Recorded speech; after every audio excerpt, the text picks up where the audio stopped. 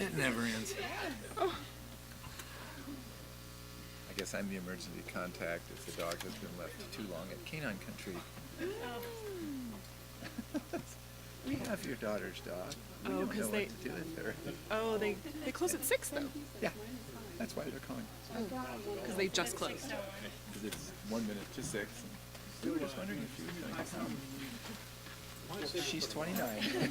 I have no clue. I don't know what she's doing. I don't know where she is. Uh-oh. She's probably, driving frantically.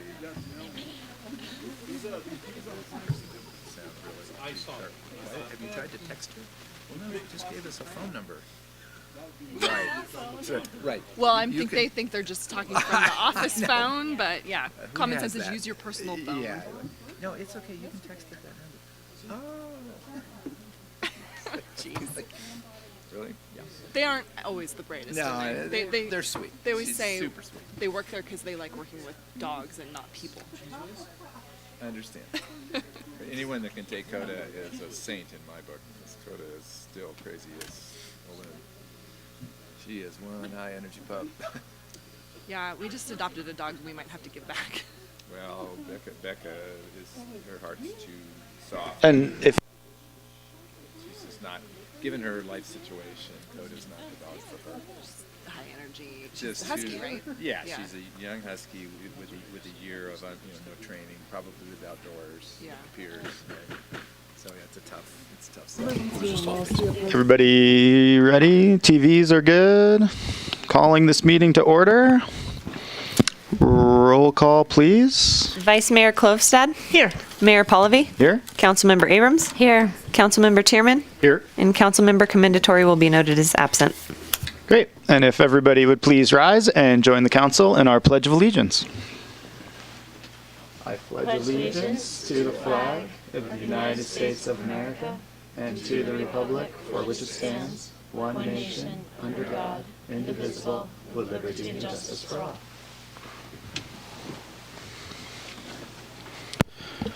Thank you all for being here tonight. At this time, I'd like to take public comment right up here at the podium on anything not on tonight's agenda. You have 3 minutes, and please state your name before you begin.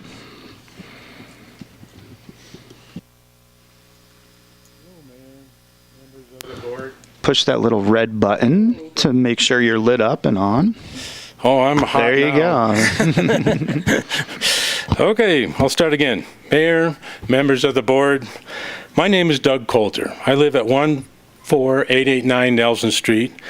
I've completed the Defensible Space Advisory Training, and I'm here to ask you for your help to an important issue to make our community safer during a wildfire event. Our homeowner's insurance was canceled last year, and I included that letter in your packet as a reference. We have insurance through Cal Fair, so I'm not here because our insurance was canceled. I'm here because there's an issue I'd like you to address that was the reason for cancellation, and that was the poor road accessibility for fire and emergency response equipment. Sorry, I got a little frog. CAL FIRE guidelines state that flammable vegetation should be cleared 10 feet from the roads and 5 feet from the driveways. Overhanging tree branches above the access road should be cut back. This is a great concern because Royal Way and Donington Lane are our only access roads for fire equipment and evacuation. I included pictures with your packet that shows trees and brush. I just walked down the street and took pictures. It's probably not real clear, but it does point out what the problem is. And we have the electric utility companies cutting off the tops of the trees, which makes the trees grow out instead of up, which impacts the firefighters and risk to the public during a wildfire event. the amount of brush and trees in the right-of-way is not unique to our neighborhood. It seems to be a problem to some degree in most neighborhoods. I've talked to several people at the Public Works Department about this problem, and I would like you to consider making clearing the vegetation from the right-of-way a priority and include the funding in the Public Works budget. I know you're in the process of probably drawing up your budgets, so I don't know how your process works, but I know in a couple months you'll be presenting that public hearing, so I thought this was the appropriate time to bring this up. I would like to know if you could work with the Public Works Department, electric utilities, phone and cable companies to clear the brush and trees from the right-of-way within the town of Truckee. Maybe by combining everybody's budget, you could work together to solve this problem. I know the electric utility companies, they don't want to cut the trees down because it costs too much, but if people got together and say, cut the trees down, we'll put a share of money in, that could pool your money and get something done. Is that my time? That's your time. Can I go you have a little closing bit longer? statement? You can have another couple sentences, but we have a pretty meaty agenda tonight, so we got to keep going. Okay. All right. Well, the other part of this would be that put out an information campaign, consider doing it, to let people know that they can cut down the small trees in front of their house, and that would save money and prevent a problem in the future. Sorry, I thought I could do it in 3 minutes. All right. Doug, thank you very much. You are correct. Our budget process has already started internally. We'll have first viewage of it come the end of March, early April.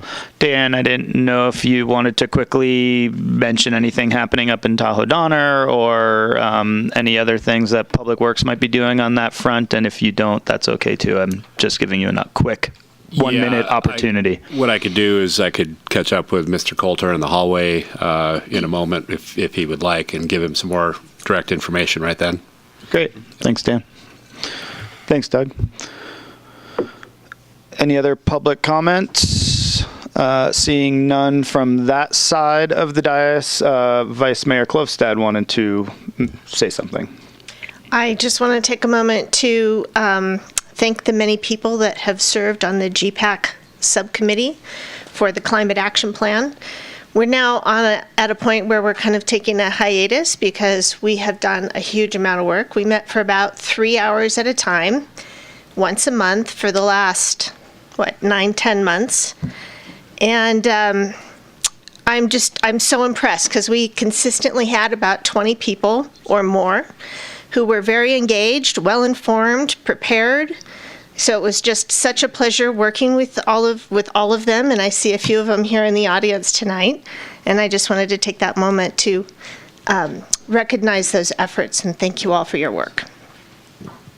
Great. And I echo that, I'm sure, on behalf of the rest of council. So thank you for bringing it up, and thanks to all who have helped in that process so far. Any other public comment? Closing public comment. We do not have any presentations tonight. We will move on to our consent calendar.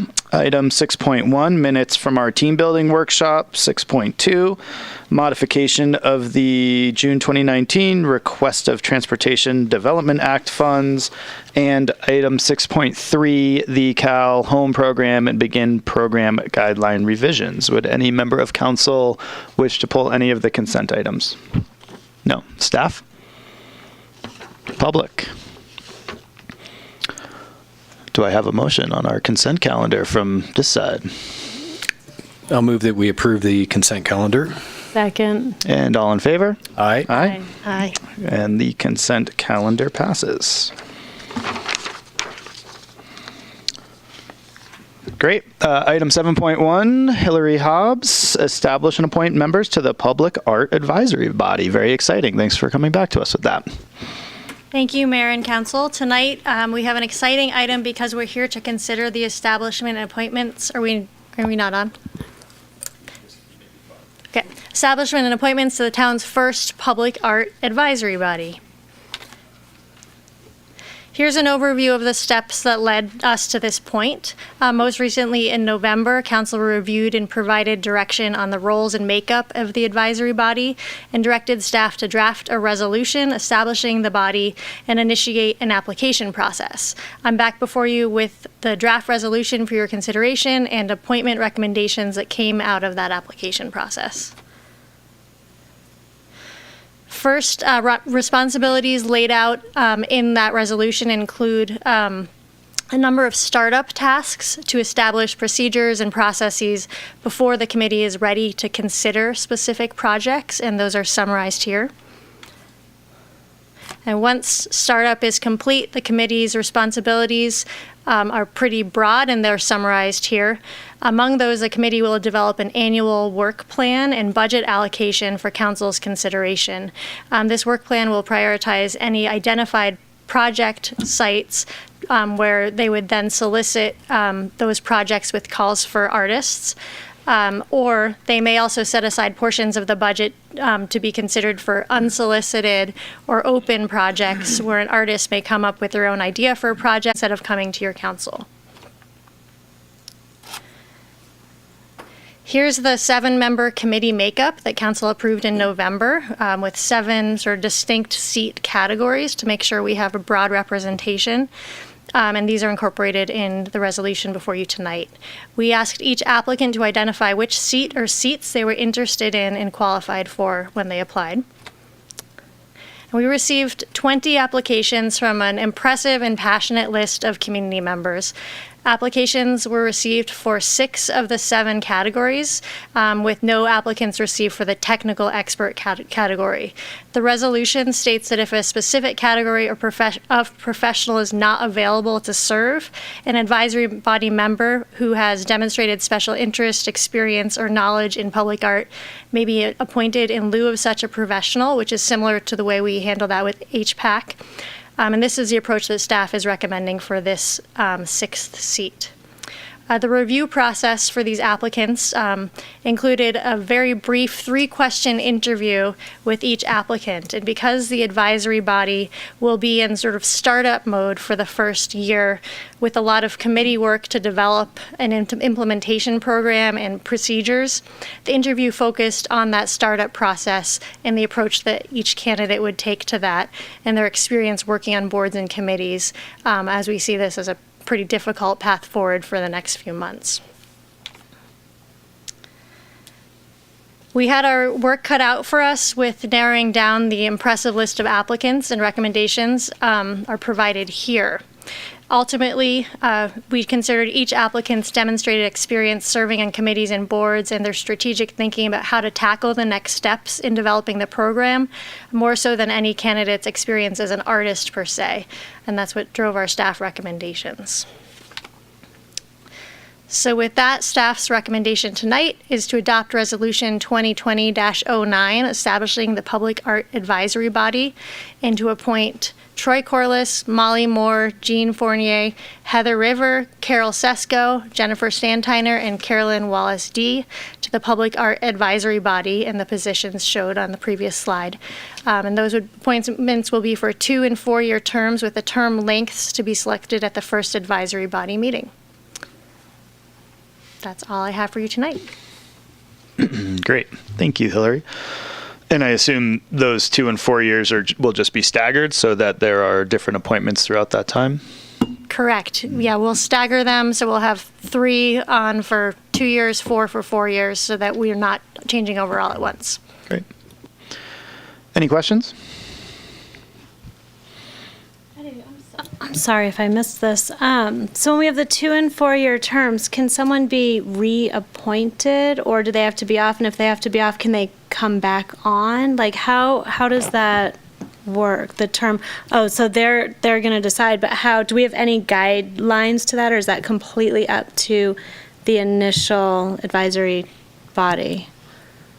We don't have anything in the resolution that would put a term limit on it. At the end of their appointed term, we would, again, open up an application process, and they would be welcome to reapply, or we may have other candidates interested at that point. Okay, thank you. That's it. Great. That's okay. I'd like to open up this item for public comment. Anybody wishing to address us on this particular item? Come on up. And please state your name first, Sarah. Hello, everyone. My name is Sarah Smith, and I'm the co-chair of Truckee's Art Alliance. And my comment is very brief. I just want to say thank you, Hillary, for all of the hard work and the support going into bringing together all of the recommendations for this advisory body for the public art plan. And thank you so much to the town of Truckee and to the council for supporting cultural planning. I think it's a really wonderful trend that we have going on in our town, so thank you. Thank you, Sarah. Any other public comment? Seeing none, I'm going to close public comment and bring it back to council for any discussion or potentially a motion. And I'd just like to say what an amazing outpouring of support. I think that's fantastic. I know some folks are in the room, and just wanted to say thank you for everybody who is interested. I think we're really lucky to have such a passionate art community among us, and it's really awesome to see. So thank you, and sorry we can't just appoint everybody. That would have been great too. But I will second that. That wasn't a motion, though, so. Not a motion, but great comments, so I agree with them. Yeah, absolutely agreed. And thank you to Hillary and the rest of the town staff that worked on this. Those were very hard choices. I was glad we didn't have to make them. And I really, really look forward to what comes out of this advisory body and the improvements that we're going to see around town. Seeing no other comment, Vice Mayor Klofstad, how about a motion? I move that we adopt Resolution 2020-09, establishing a public art advisory body. I'll second that. And all in favor? Aye. Aye. Any opposed? Great. Motion carries. Thank you, and congratulations to our new public art advisory body. I think we need to make a motion to appoint the recommended committee members as well. Yeah.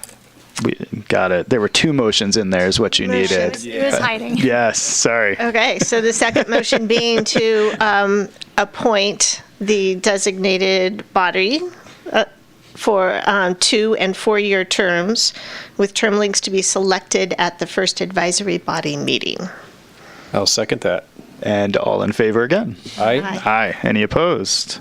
And our second motion passes. So you can applause again if you want. We like hearing applause. We don't get that so often, so feel free. Thank you very much, and we look forward to seeing some of the great work that comes out of that committee, so that's great. Thank you. And 7.2, following up right after that, Hillary, it looks like you're ready to take that away as well, so go ahead. Right, this one is intentionally following right behind that one because they are related and both about public art. There's been a longstanding discussion between Truckee Donner Associates and the town about inclusion of public art in the rail yard development project, which they are managing. Most recently, the developer has been working with local artists Tony and Jennifer Stantiner from Mountain Forge for about 18 months to develop a specific project concept to use in the rail yard. And they've indicated that they're now ready to move forward and would like to install the art this summer so that it's installed before the artist lofts is open. Because we are in the early stages of our public art advisory body, having just appointed it 2 minutes ago, we anticipate that there's a significant startup process with that advisory body to put procedures and policies in place before they're ready to consider specific projects. For that reason, to avoid delay of several months, the town received a request from the developer to move forward with their project outside of the evolving advisory body process. The proposed location of the public art is at the entrance to the new parking lot at the corner of Truckee Way and Donner Pass Road. And this is within the town's Union Pacific Railroad easement area, which is the reason under the new public art program that the town would be involved in considering the proposed art installation. There will be no town funding requested for procurement or installation of this art. And the diagram shown here shows her two blue dots in approximate location at the parking lot entrance of where the two components of the sculpture would be installed. Here's a conceptual rendering of the proposed artwork, which is titled Togetherness. There's an artist statement describing the project in your agenda packet, and at least one of the artists, Jennifer, is here tonight. I don't think I see Jason. So if you have any questions for her, I'm sure she would be happy to answer those. Because this project has been contemplated through the rail yard development process for several years, and because we do not yet have a formal process in place to evaluate this type of installation with our new public art advisory body, and because the project is not requesting any town funding, staff's recommendation is to allow the project to move forward this summer outside of the advisory body process. If council decides to move forward with this, a next step would be for the team to work with our engineering department to consider technical aspects of the proposed design, such as setbacks, height, and installation, and final approval of the town engineer would be required. That's it. Great, thank you. Saw Tony also walk in. Did you guys have anything official? Was there a presentation from the artists, or we're good? We have a mock-art of the sculpture.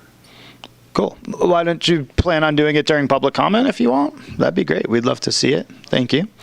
Any questions from council? No? Sorry.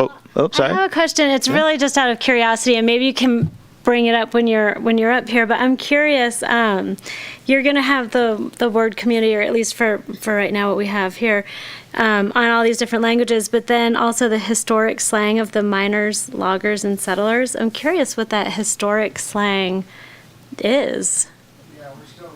Hey, Oh, okay. Hold on. Never like, wow, it piqued my curiosity. I was like, wow, so what's it going to say? What is it? We have a lot of viewers at home. Fine. And if we would love to hear more from both of you, if you wouldn't mind coming on up to the podium, that would be great. It's a good question. Yeah. Jennifer Stontiner, and we're consulting with the Historical Society. So Greg Zerbel's helping us try to figure out what would make sense. Some of it, he says, is a little cryptic, and it might not really come across. So we're trying to kind of weed some of that out and make a decision based on what might be a little more popular, a little more widely recognized. Great. Thanks, Jennifer. Any other questions for staff or the artists? No? Opening up to public comment. If you did bring something, we'd love to see it. Yeah, and you can make a public comment too. Yeah, where should I put it? Where should I? Just bring it up with you. Yeah. It's like a lifestyle. No, I saw him walk in with it. It's not that big. And if there's any other public comment on this item, come on up and feel free. We are opening public comment officially. Well, sorry for being late. I thought there was an agenda item before that. But Jason Ansford, Truckee Development Associates, really excited to be here with the Steinheiners on this project. We've been working on an exhibit here as well as on the roundabout, and unfortunately the roundabout site just proved to have too many utilities and too small to really do something animated there. But we think the project here is pretty exciting, and we've been working on this for, I don't know, year and a half, so it's been a while. So I'd like Tony to kind of walk us through the theme of what we were talking about, and then we have the model here. So thank you. Welcome, everybody. So we've been working with the rail yard project for about a year and a half. These things take time. One of the things we did is we designated a site, and then eventually we did a lot of case studies and site studies for the site, and the site sort of started to almost design the sculpture. So we wanted to keep the sidewalk area free. There's parking lot there. There's a lot of traffic there. So we wanted to get the sculpture up high off the ground. It's not really a plaza type of situation. It's more of a drive-through, walk-through. So we wanted to get the sculptural elements up high. The other thing is we wanted to, when people are in the old downtown, to sort of look down the sidewalk and see something up high that they would attract them down that way. So we have different materials. We have copper and stainless and bronze. We tried to go with more earth tone, organic materials. And the idea is that people downtown and all around can sort of see it up high and be drawn down towards the new development. Thanks, Tony. Yeah. Yeah. Any other questions or comment on that? No. And it's all metal? That was Yeah. my question. The whole thing's metal. Yeah, sweet. yeah. Cool. Yeah. Awesome. Thank you. Thanks. Yeah. One other quick question. Where will the writing be? It'd be down low, so the figurines are to scale. That's a 6-foot high person. So all the writing would be down low on the vertical pieces. Along these faces. Okay. Great, thank you. That looks great. Thank you. Any other public comment on this agenda item? Yeah, come on up.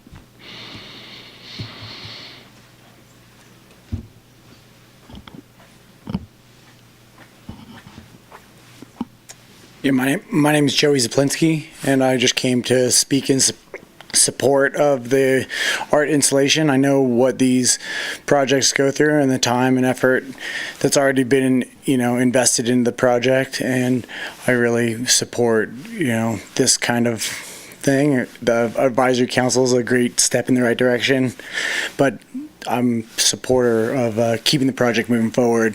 So, because I know that bureaucracy can slow certain things down. So I just came to speak out in support of the project. Great. Thank you.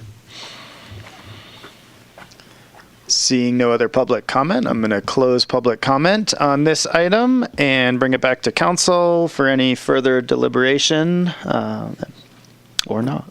I love it. I love the idea. I want to do nothing to stand in the way of helping with the rail yard, getting their art in, and helping with getting this installed.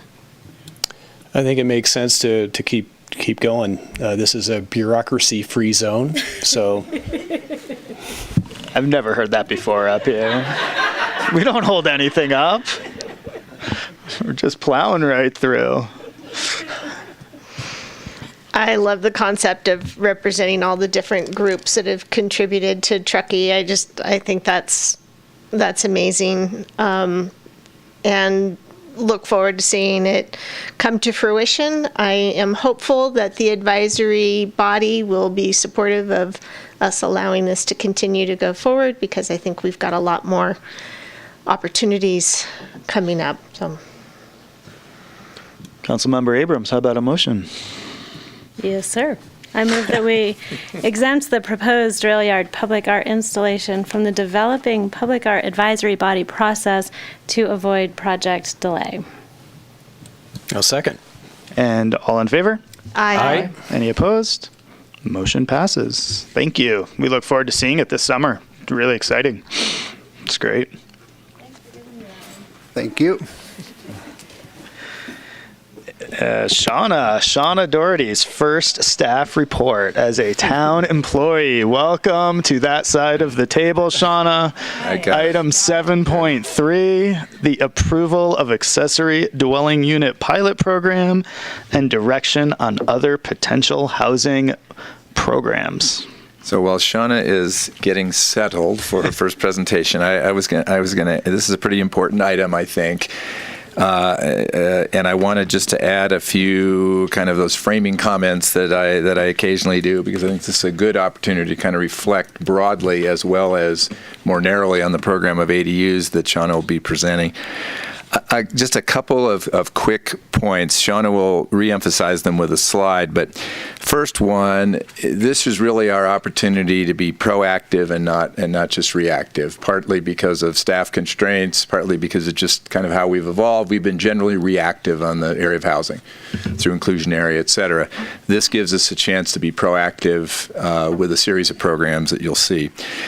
Secondly, as Shauna will describe with a great diagram, we're really trying to use these programs as well as the things we already do with respect to inclusionary zoning and projects to address the spectrum of housing needs, everything from the very low, even extremely low, to the above moderate, but still in that middle area. So that whole spectrum. Third, the stable funding source idea that we're, as council's well aware, we're moving strongly on in terms of the committee recommendation coming forward to you in March, is ever more critical. Because as we get into real programs, without a stable funding source, it's difficult to run long-term programs. These programs take a long time. We need that money source to be able to track over years as people start to really buy into these programs. Fourth, everything you're going to hear in terms of programs, various ideas, are really pilots, and we're going to learn as we go. And so there are some details you're going to, maybe there'll be some questions about, there's some things we may not know, whether the marketplace will take something or not. If we see these as pilots, we'll recognize that we can always make modifications, come back to you for a change, or make a change at staff level. Fifth, we're taking a bit of a turn in, instead of thinking of units per se, which kind of how you think of housing and affordable housing, we're really thinking of helping people and helping affordable living.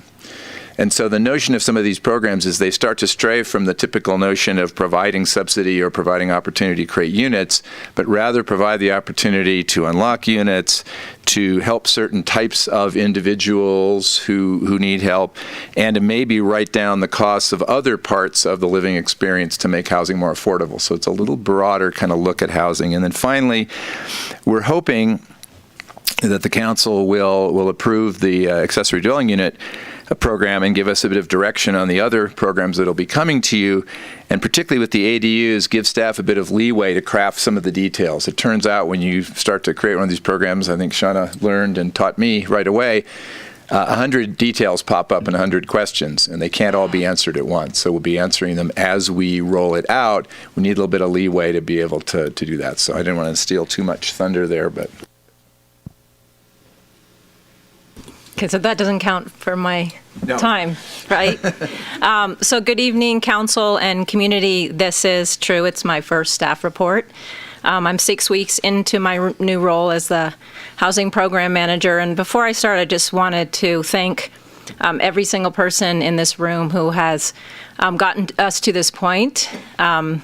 Even though I've been in the job for 6 weeks, we in this community have been talking about accessory dwelling units for many years. So many of the people in this room I've had conversations with, and then to get my staff report done, I was going to say every single person, Rob, just there in moral support, but everybody here, this is truly, everybody here this is truly was an incredible process for me as far as the help that I had. So that's just my process update of what it was like. And then I'm going to put my 15 minutes on. I really am. This is just guidance, okay? It's just guidance. I'm not going to cut you off. Okay. Like I do the public, but, you know, just kidding. So I'm going to talk about three things. This is the first housing program update that we've had. Tonight specifically, I'm going to go really quick. There's three parts to my presentation. The first is just a framework for where this ADU program sits. So I like to have a framework for this conversation. So I'm just going to go through those slides really quickly. A little bit of time on the ADU pilot concept. Hopefully you got quite a bit of information in the staff report. And then finally, we're looking for direction on the housing program, other priorities. Again, as a reminder, this is part of the $2 million one-time allocation of general fund dollars. So this is familiar to many of you in the room. This is the Mountain Housing Council Achievable Local Housing Rainbow, and we use this throughout the region to speak about the range of housing needs that exist in our community. Orange being lower income, the green being the moderate kind of middle income that we talk about, and then the upper income being in the red. So it's just important to always use this framework when we're talking about the housing programs both in the region and in the town of Truckee. And for you to know that this sentence, ensure that housing needs of all economic segments are met, is the town of Truckee's housing element statement. So we're in sync with that. I'm more nervous than I expected. It's a very intimidating chair. Yeah. just a little bit of buildup. So this is the 2000 needs assessment, which what's the point of this? Because that's 2 years ago and it's for the region. But it's just a reminder that we have needs across the income spectrum. And anytime we design a program, we're looking at that. So this is, these are the programs that exist today in the town. So I took that rainbow or that bridge and I flattened it out and I said, so based on the programs that we're doing today, how do we fall as far as hitting income brackets? Many of the questions I got prior to tonight's meeting talked about why is the ADU pilot not pushing up to those higher income levels? This is not necessarily a conversation for tonight. But traditionally, the town of Truckee's housing programs have really kind of capped out at about 120%, mostly in rentals. Some of our down payment assistance programs have gone a little bit higher, but that's a conversation that we all need to have at some point as far as moving forward. When we look at the revenue measure potentially, do we want to go up higher? One thing to keep in mind is that the orange and the blue, or the green, or what the low income and the moderate income, is really where you get the state and the federal financing. If we're going to start working in the red zone, that's got to be a local source of money because it doesn't exist at the state and federal levels. We mostly work in the rental market. Just a little, if you look at, what do? We loans, funding, fee deferral, density bonuses. Those really typically go to the low-income rental products. We have 2 first-time home buyer programs. They're below 120, and then we have some other tools that generally are below the 120. So as we look ahead at the new initiatives, we have that in mind, and we're looking at ways to push higher, knowing that we haven't had that conversation yet as a town. I'll go back to this slide at the end when we talk about these programs, but I just wanted to show the income spread. Okay, so I'm going to go into the ADU program now. Okay, so the word pilot is the key word. The goal of the program, of course, is to increase the inventory of long-term rentals. We know that ADUs are not the silver bullet. They're not going to solve all of our housing issues, but they do create housing within existing neighborhoods. They leverage homeowners building the units themselves, and we do have a shortage of rentals. Our goal with this program, and again, we'll probably adapt it once we see how the program works, is 20 deed restricted and then 20 just market rate. The picture today of ADUs in Truckee, we've had 44 permits come through our building department, a little bit lower as far as how many have been built. These are legally permitted. I'm sure we have many more. But the point of this number is just even with the new state laws, which are sort of outlined on the right, which are just coming into fruition right now, that is not enough to sort of increase the number of ADUs. So we did a bunch of research through, I did research through Mountain Housing Council, and then going back to those communities and talking to them and saying, really what is increasing the number of ADUs in your community? What at the end of the day is the package that's getting more of them built? So we talked to Sonoma and Napa County, Marin County, San Mateo County, Santa Cruz, and then because I'd been doing some work in Montana, and they have a large number of ADUs, figuring out what it is that's triggering more ADUs in their communities.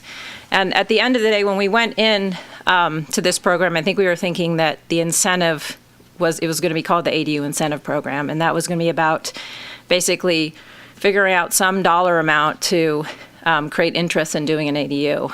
And what we found out from talking to these communities is, you have the challenge of prevailing wage when you offer public dollars. So if you provide incentives, you want to make sure that you're not discounting that incentive by increasing the price by triggering a prevailing wage issue. And what we found out was that the incentive is actually anything you can do to make it easier for the homeowner. So marketing and sort of project management level services is truly what is increasing the amount of ADUs that are getting built. So we looked at that based on other communities and put together our own program. Our own program has 3 components, a marketing component, an ADU Academy component, and then for those that are willing to deed restrict their ADU for a particular income bracket of renter, a set of incentives, and I'll go through those. So who gets these services? So anybody who goes to this new website will be able to go on there, and there'll be access to how to do an ADU based on the standards of the town. So you'll go on there, they'll have access to loan products, a list of builders that are, and plumbers and designers that are ready in our area to do ADUs. And so all that's available to anyone to build any type of ADU that's not deed restricted. And we understand that that is also one of our goals, is just to get more ADUs built in the area, not only to increase the number of long-term rentals, but also to build the capacity of the market to be ready to build these units. And then the smaller part is just those that are willing to deed restrict, offering a set of incentives to them. So the marketing is, we're basically copying communities that have built these, I might need help on this, Judy, websites. Let's see if it works. I think I might be able to do it. Oh, fancy. Okay. You got it. Okay. So this is an example of the Napa and Sonoma County joined forces, and they are creating one website that's outside of the city. And again, it has lots of videos, and you drop down up here, and you add it. You could add information about how much money and what what particular city you live in, and get the standards for that city. So this website we see being outside of the town website, something very user-friendly. Potentially partners could come in like Placer County or Nevada County and be part of this website. There's a calculator, there's the standards, just basically everything to make it really easy. Okay.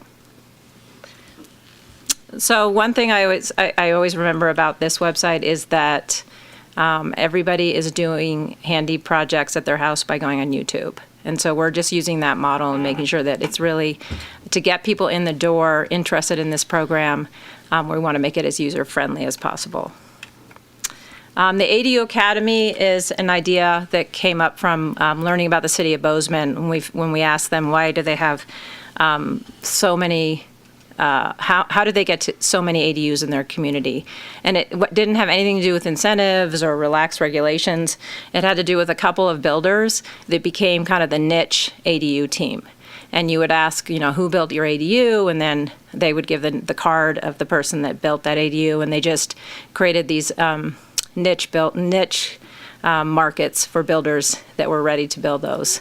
So our idea is to work potentially with CAT, and others interested, builders who have already built ADUs in our community, and do something like the Green Builders certificate program, something a lot smaller, and just create this ready list of people that want to do ADUs and can work together and get trained in modular or whatever it is that customers are asking for.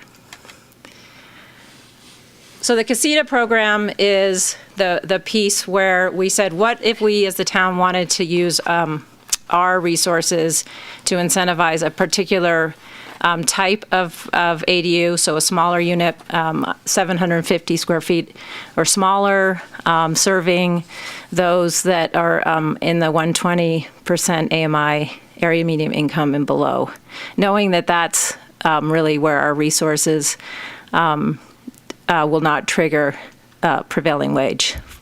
So we put together, it's really a menu of incentives. We're not saying that if you come into this program and you deed restrict, you have to use all of these, but that we would offer you full wraparound project management services for the lifetime of your project. So the program is 3 years. It takes you hopefully not that long to do it. You would have a project manager that would come out to your site, work with you, help you find a contractor, help you get through the permitting process, connect you in with the loan product.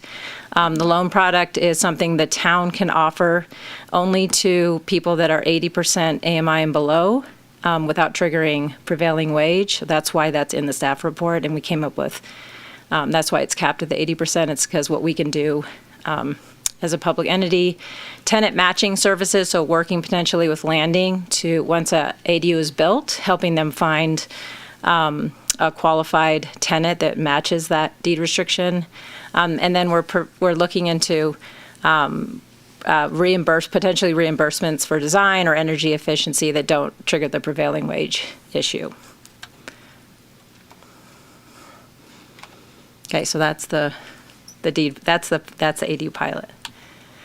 So other housing pilot priorities. You've seen a variety of program options, and staff went through those and did some vetting, and we've narrowed it down to 4.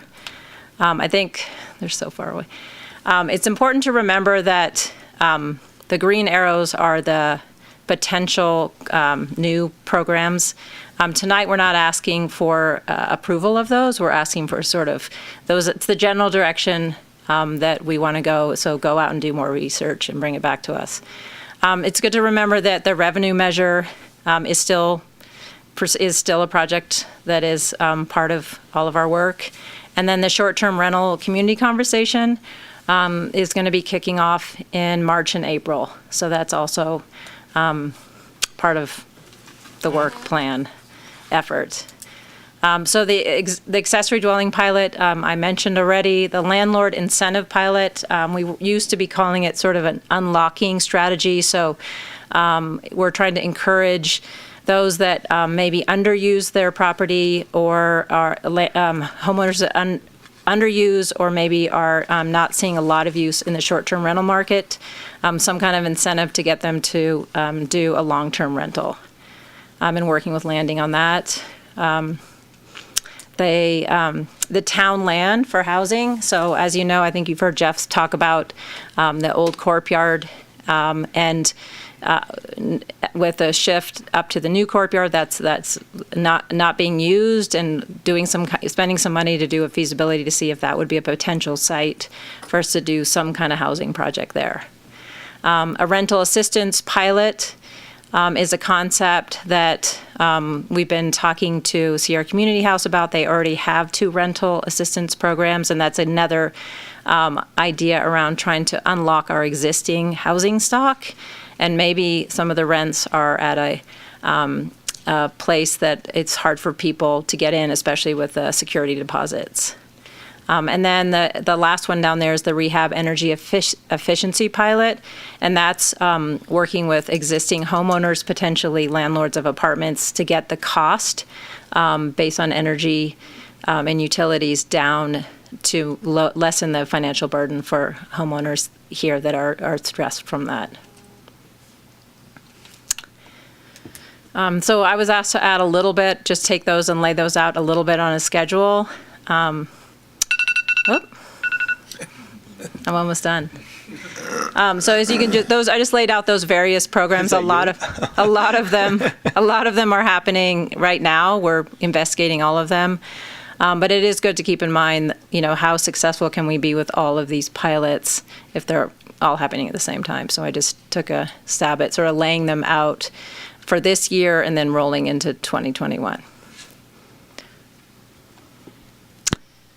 So our recommendation is to approve the ADU pilot program as outlined, allocating the $500K over a 3-year period from the $2 million allocation, one-time allocation, with the hope that it's wildly successful and that it continues on with a permanent funding source. So the direction that we're also looking for are these the 4 proposed new housing program priorities that you think we should continue on and do research? Are we missing something? And so we're looking for feedback on that. I would add just 2 little details in the energy efficiency pilot that Shauna was describing. Is very similar, if not identical, to the kind of concept that the Climate Action Plan group has been talking about, and we think that there's a natural synergy there, and in fact there could be some dollars. So we're investigating the possibility using some of the $1.5 million that were going to be solar panels potentially as an augmentation to this fund to be able to kind of do double duty, because obviously we'll be saving greenhouse gases with every loan or every improvement that we're able to do. So that's going to be in our thinking. The second one is one of the programs you don't see up here is the down payment assistance loan program, which is one that we currently have. We would restructure it if we were to do a different one a little bit. We're not actively proposing it, mainly because, as I think a number of council members know, you don't get as much bang for the buck. It's very expensive right now because of the disparity between an affordable home and a market home. On the other hand, it's a program that the pro side is we can do it very, very quickly and efficiently. Joanne Enders, our consultant, loves the program, knows how to do it, is ready to go. So it's a program that we can move with quickly. So that's one, if you wanted to put a sort of a star 5 that could either, switch in or be added to, that's another program you may consider. Great, thank you. 6 weeks in, excellent staff report. Good job. Thank you. So let's open it up to council questions first. Obviously, we'll bring it back and you can ask more as we hear from the public and start to deliberate. We are, just for the sake of discussion, I'll split this up into 2 parts. Let us talk about sort of ADUs first, just so we can get some definitive direction there, and then we can talk about the other 3 programs second. But any questions that you're chomping at the bit to ask, go ahead. Councilmember Tierman, start us off. You look ready. Just a few questions. So just confirming that HOAs, this is state law, my understanding, can no longer restrict ADUs, correct? Cannot ban outright. They can't ban them. They can't do anything that would make it unreasonably difficult to construct them. Okay, great.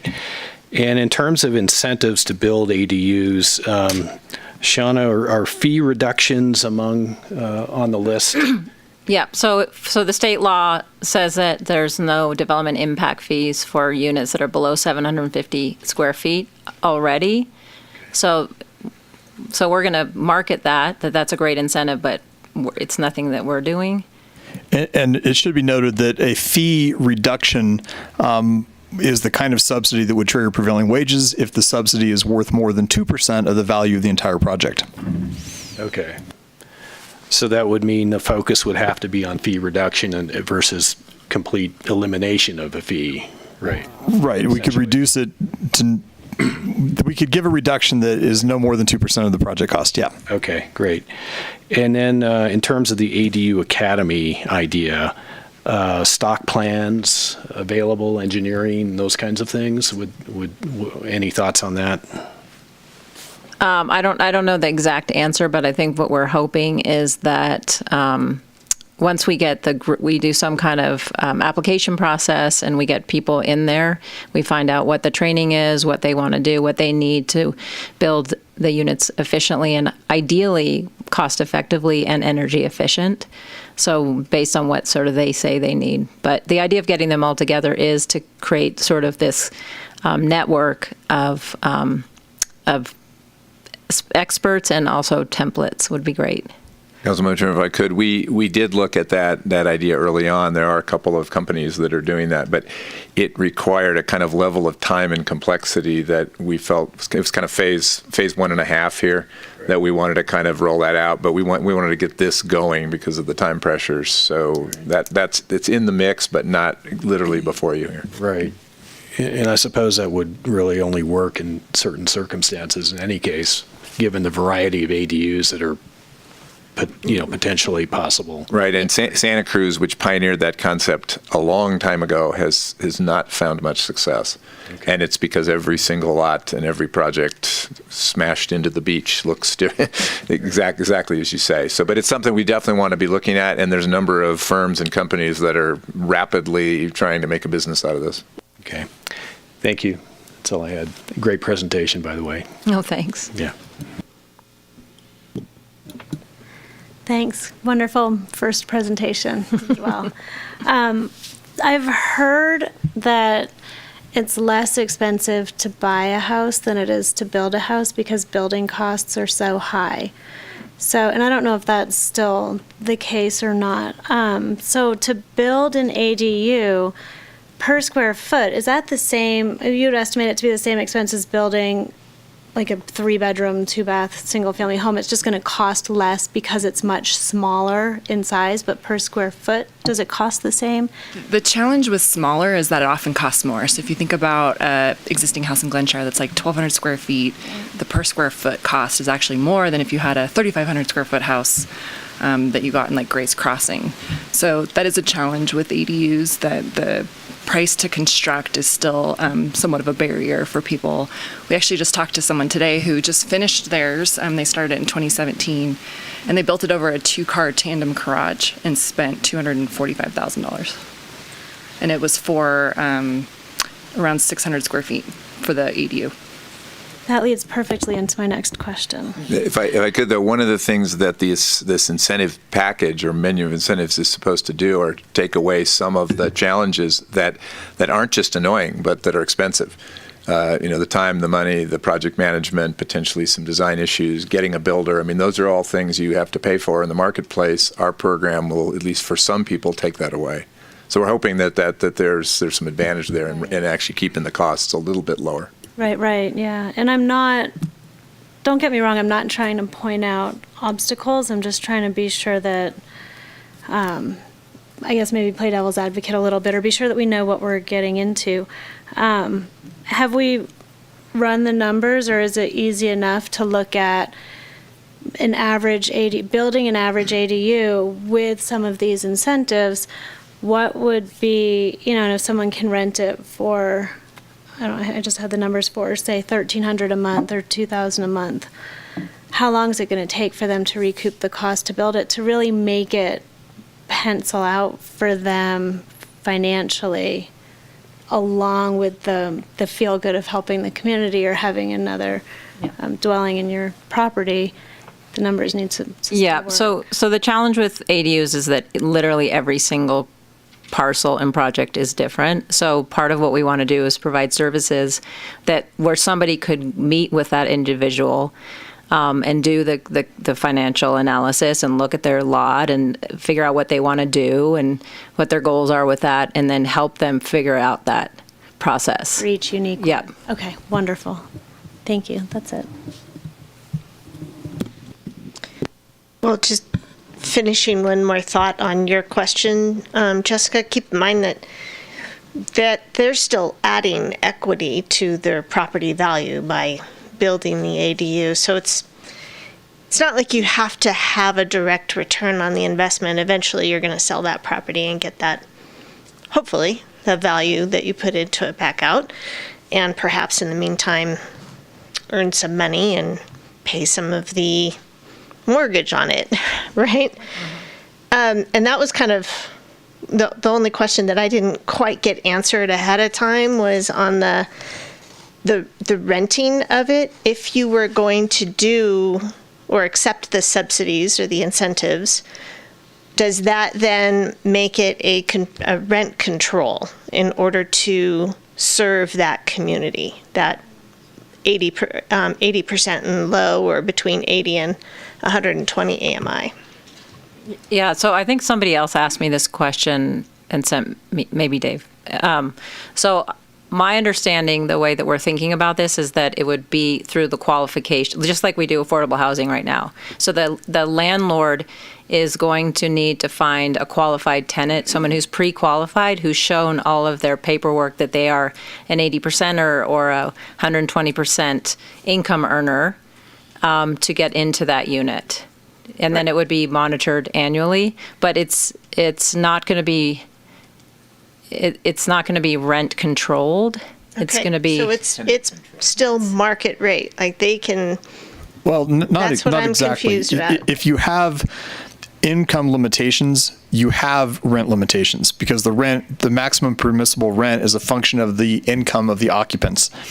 in an 80% or 120% scenario. So, I mean, I think what Sean is... The 1/3 of their income and however that's that right. calculation. So what Shauna is describing, what we're trying to put together is a package of options. So if people want additional town financial assistance, then maybe they would have to be willing to agree to what amounts to rent control. But if they want some of these other things that we think we can do, there wouldn't be rent control that goes with it. Although I should point out, in case anybody's paying attention, that statewide rent control sort of went into effect because of changes in the law, so that no matter what unit it is, you can only raise the rent by about 5% a year, which is just not anything that we can do anything about. That's just state law now. I did read that in the legislative update, and that does, I think that does have the opportunity to shift some of our targets here as well.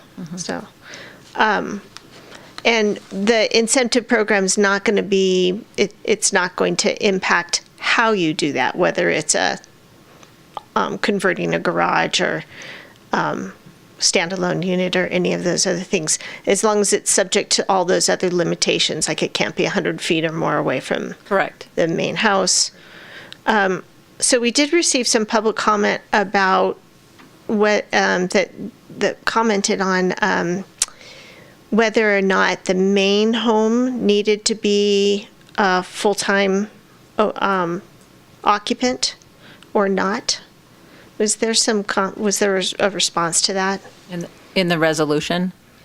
No, not in the resolution, just in your presentation, because, I mean, we all know there's plenty of homes up here that are second homes that could build an ADU. So if we have a requirement that that home is their primary residence, that could lower our ability to create these ADUs. The way the development code is written currently, you can only short-term rental one of the two, which we're going to have to clarify now that you can't do short-term rentals in your ADU. So if someone was doing a full-time occupancy in the ADU, then they could short-term rental the main residence. I'm actually not talking about short-term rentals, though. I'm talking about the people that own their homes. They just come up for, every third weekend or whatever, and they still have an opportunity to build an ADU. So they're not full-time, but they're also not short-term renting. Is there anywhere in this ordinance that prohibits that ability? No. No. Okay. Thank you. I think that was it. Just a couple of quick questions from me. You've answered quite a few of them over the past week, so I appreciate that. One is, do we anticipate contracting with a property manager or rental management company? You've mentioned landing a couple times to act as that intermediary. Is that sort of the enforcement mechanism on either the rental, price or the wage earner? So on the casita program specifically, Precisely. so in conversations with Landing so far is that they would do the vetting and the matching for the unit. And then as far as property management, that would be, that's something that they can work out with the individual homeowner, but it's not something that we're offering as an incentive. But we are talking about, in the broader picture, looking for either an individual or a firm or part of a firm who could be the project manager that Shauna talked about and do all of those sort of hand-holding, getting through process, working through all of those details, helping with design, et cetera. That's a contract that the town would have, multiple-year contract presumably, with an architect, a construction person, designer, somebody. I guess what I'm also getting at, though, is the long-term I hate to use the word enforcement. It's not really I'm not asking for enforcement. I'm really, somebody, current owner, builds the ADU, goes through the program, gets the casita program, takes advantage of a number of incentives, turns around, flips the property in 2 years. Said casita still needs to stay in the program, right? So I guess what my question is what do we envision? Is that also a contract-based type of situation that we're just going to have a third party contracting with to manage that? Or, what do we envision that entails? Well, all of those projects, all of those ADUs in the casita program would have a deed restriction. associated with them. And so my understanding is that would fall under the town's role, is to monitor things based on the deed restriction annually. As far as that's what Joanne does, is she works on our affordable housing and does all of the ensuring that everybody who's in those units is at the AMI level that they're supposed to be, and per the grant requirements. So we would have to do something similar to that to honor what was said in that deed restriction. I don't know exactly what it is, because we haven't had something exactly like this. We've had lots of other deed restrictions with the town that we monitor. So we'd have to go into that.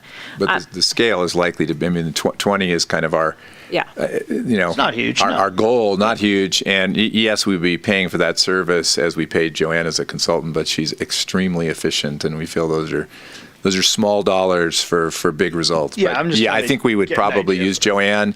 If that turned out to be impractical, I think we could find somebody. Great. One of the answers to one of our questions was about applications to the Casita program. Do we envision actually not? I guess when we're talking about applications, it brings to me of like approval or denial. Are there going to be grounds for denial? Aren't we going to just sort of, as long as everything is in place and they agree to what we're asking, I assume we're going to just sort of take everybody that we can manage. Yeah, our hope, so we are mirroring this off of the San Mateo County process. They have something very similar. The way they explained it to me is that I'm hoping we're going to get the website up prior to the Casita program running, and we're going to take interest in that program. And we want everyone who applies to be successful.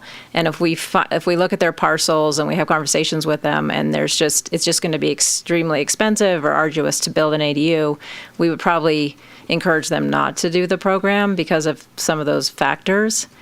Maybe they're on septic, things like that. So yes, we're not going to be turning people away, but we want everybody to be set up for success and be able to attain those rents, right? That's part of the size limitation.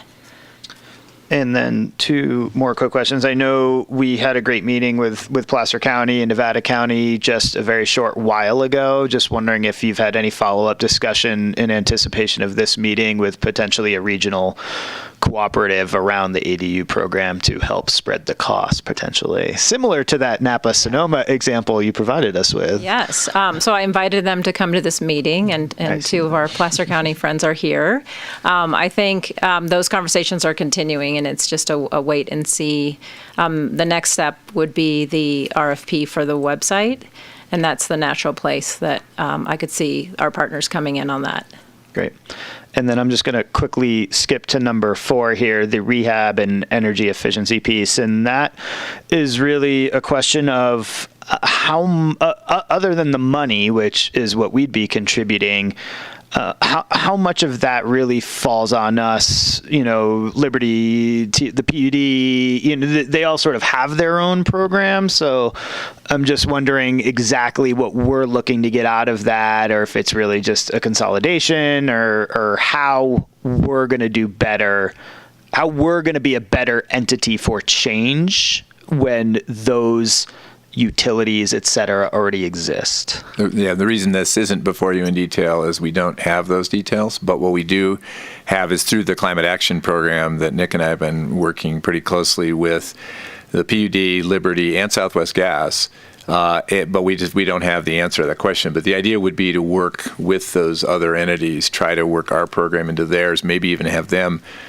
essentially, doing the program, but we're contributing resources in some way, financial or otherwise. Southwest Gas is thrown in there because they have a low-income program, but they don't have a moderate-income program, and so there's a possibility there of expanding. So we're looking at are there niches that we can fill to get a few customers? Every one of these programs, we have to realize we're not talking about hundreds of customers. There may be hundreds of people interested. We may end up with 10 customers, but that's 10 units or 20 bedrooms or 30 bedrooms.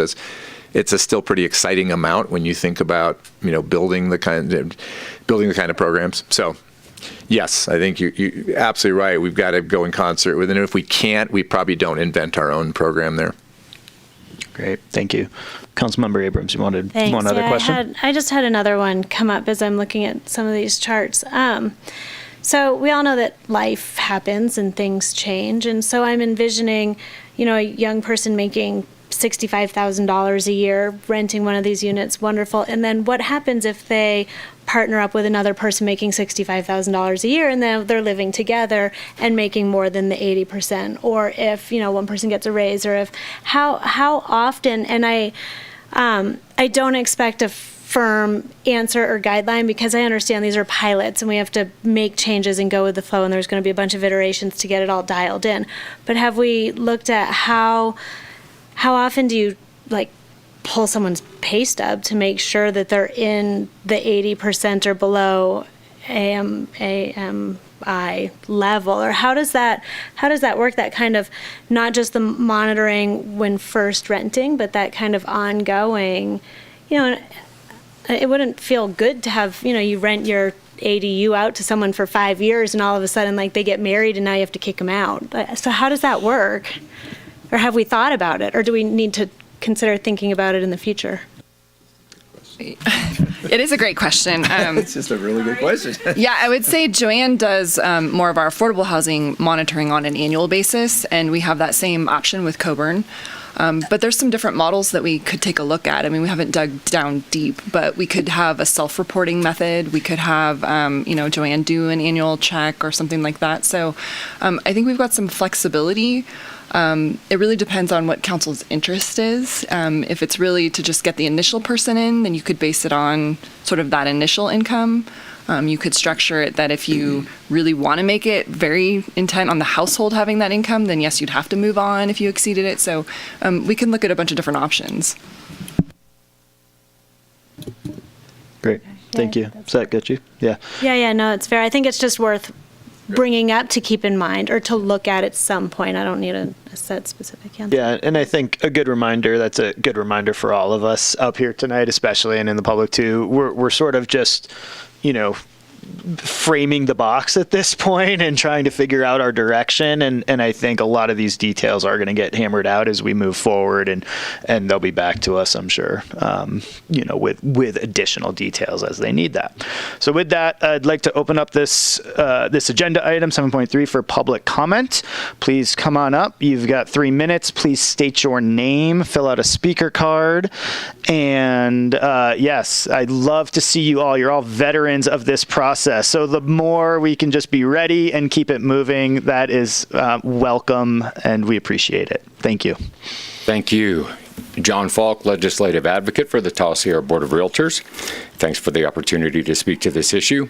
We're excited about the concept that you're embracing as far as getting more ADUs on the ground, because that's, in our opinion and in the opinion of the state, a critical component to relieving some of the housing shortfall, especially over the short and intermediate term. It was very important to us to see that deed restrictions, we're obviously not a big fan of them in our industry because of the cloud on title and the fact that perpetuity is a really long time. But we were pleased to see that deed restrictions are not the tool, but a tool that's being offered up if you take advantage of certain incentives that might be offered to someone, whether it be expeditious processing or low or no interest loans, whatever it may be. So as an option, it's not problematic for us as long as it becomes or stays an option and does not become the way that you allow ADUs to be built. And building off of that, we think that if you really are looking for a way to shape the way that the ADUs are utilized, especially a portion of them, at least for incentives that aren't as grandiose, the really large, impactful incentives to the town's bottom line, using ordinances is perhaps a better, more productive way to shape the way that these units are used. And the reason for that is that these can be altered over time as conditions change. And so whereas deed restrictions are relatively permanent, ordinances give you the flexibility to move as times change or as the situation may change within a particular person's household. Another issue that we took note of is that while you do spend time speaking of AMI and what percentages would be eligible for inclusion in the incentivized ADUs, we think it's important to also make mention at some juncture in this process, seasonal workers, because the seasonal employees are also a very important component to our region's workforce. And so it's not just the person who's a full-time 12-month resident that needs to be accommodated. It's also the seasonal worker who transitions in and out. So please do look at that. If you are going to use deed restrictions, we'd ask that you at least take a look at if there is a legal way that one could essentially buy out the deed restriction in the future, make the town whole so that the town doesn't lose money if the current owner or a future owner doesn't want that cloud on title or wants to use it in a way that wouldn't be allowed under the restricted set of guidelines. So if there were some methodology in place to make the town whole and remove that portion on title, that would be great. And then we would also ask that you look at removing the prohibition on septic and use a case-by-case perk test as to whether or not ADUs can be built. Thank you. Thanks, John.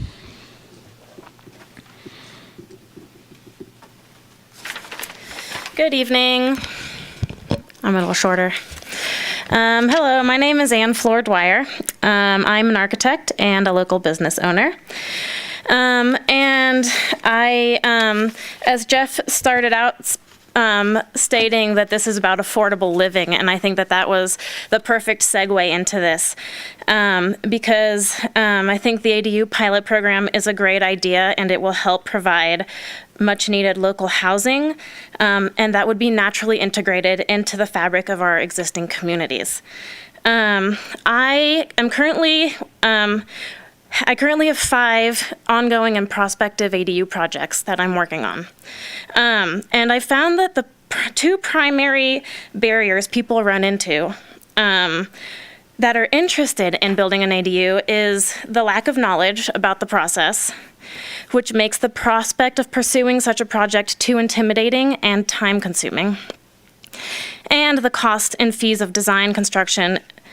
Permitting fees, design, construction are often prohibitive. As you mentioned, 750 square foot ADU can cost between $250,000 to $300,000 to build.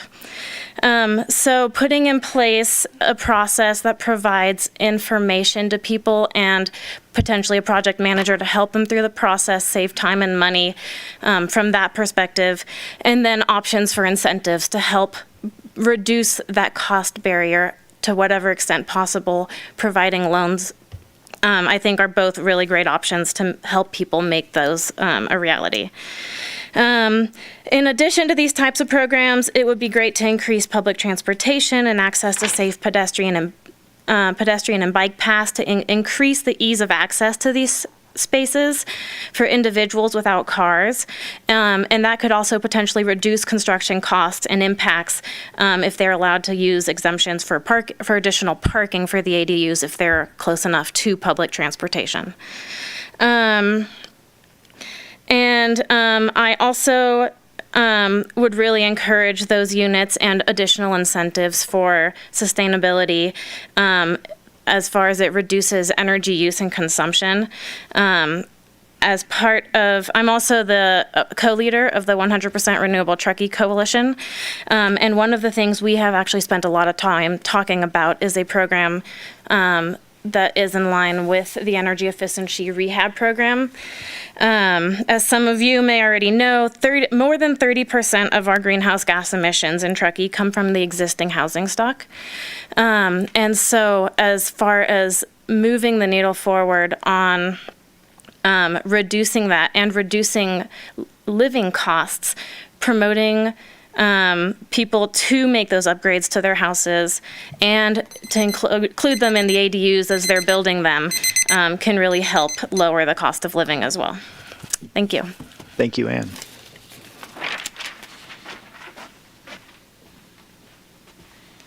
Hi, for the record, my name is Heather Ranko. I'm also a local business owner in development and construction. I also sit on the Affordable Housing Subcommittee for the LGAC, which is the Local Government Affairs Committee for CAT. I want to provide public comment today regarding the ADU pilot program presented from Shauna and the town of Truckee. I have a couple comments varying on a variety of things that she discussed in her presentation. I think we should provide a public workshop to present the ADU pilot program to the community. This serves not only as a great PR opportunity for the town and for the program. Provide website forms and checklists also on the website. What about looking to match developers that need workforce housing units or inclusionary units that might have an issue with locating them on site or looking at locating them off site with those willing to build an ADU? Can we look at how this is another opportunity for partnership and connection in our community, and is this in line with our current development code? Recommend reporting back to the town council on a quarterly update. I know you guys had discussed it, but I think proactive and consistency will really prove for this project to be successful. Recommend a workflow and permitting diagram or graphic for an ADU program.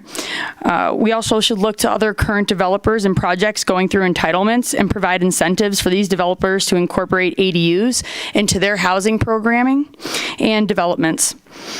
Create awareness on using existing house space to carve out an ADU, such as in an extreme crawl space that actually isn't really a crawl space. They usually have on sloping lots. They can be 12-foot ceilings. This also exists on garages on sloping lots. So looking at how we can incorporate that into this program. Work with other community partners like TDPD and Tahoe Forest to secure master leases for employees and for those who are willing to build out ADUs. Something which is free to homeowners is to provide an easy road to getting a permit. This is a great opportunity for us as a community and as a municipality to provide quality customer service and set a high and effective standard for how a pilot program can help address the housing crunch in our community. I would also like to recommend that planning staff to walk through with the housing coordinator how the ADUs would be processed and coordinated across all agencies so that it is a streamlined process and best use of town funds. I also recommend an open counter hour of 1 day a week for at least 3 hours to talk about ADU and housing. This would allow great PR and awareness of these hours to access for the community. Thank you for your time. Appreciate it. Thank you, Heather.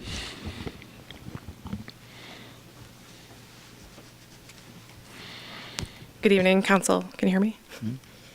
Hi, I'm Heidi Alstead with the Martis Fund, and I just thank you, Shauna, for a great report and around the ADU process.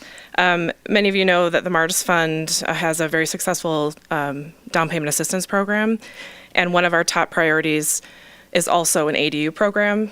Shauna and I have been talking, and we have different restrictions for AMI. We go up to 180% AMI, so there might be some more flexibility or a way to collaborate or to complement your program. So just wanted to say that. And we're going to be talking about that over the next 3 weeks. So I'll keep Sean on the loop on that. So thank you. Yeah, thank you.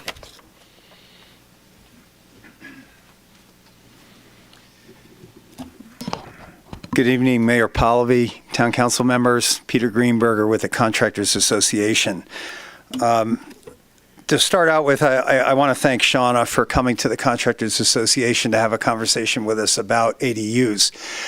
She's got a lot of great ideas, and I see this program as one of the most important solutions to the affordable housing problem in Truckee. I think it enjoys broad-based support. The visual impact on the community, which is a concern to a lot of people, is very limited if we pursue the ADU option. So I think there's a lot of potential there. As Councilmember Abrams pointed out, the cost of it is a major concern. It's something that needs to be addressed. One of the things that I would throw out there is a possible model to follow. The state of California many years ago wanted to get people moving on solar energy. And they put in place a very aggressive rebate program that included substantial sums to anyone who wanted to step up and engage it and install these systems in their property. And the program worked really well. PV got rolling, and now people are doing it all over the state. We see a lot of it up here. People are even investing in it on second homes, which, when you look at their energy usage, you have to say they're not getting a big return on something like this. But at a certain point, the state said, okay, it's working, we've got it going, let's cut back. And I think they're back to a place where maybe there aren't any rebates or incentives involved now. But the program continues. The interest is higher than it's ever been. And this is something that I think we can use as a model for our ADU program. If there can be fee reductions, fee waivers instead of fee deferrals, if there can be subsidies for soft costs such as design, engineering, etc., I think those things will do a lot. And my understanding is there are ways to avoid the prevailing wage trigger with that kind of subsidy or financial help.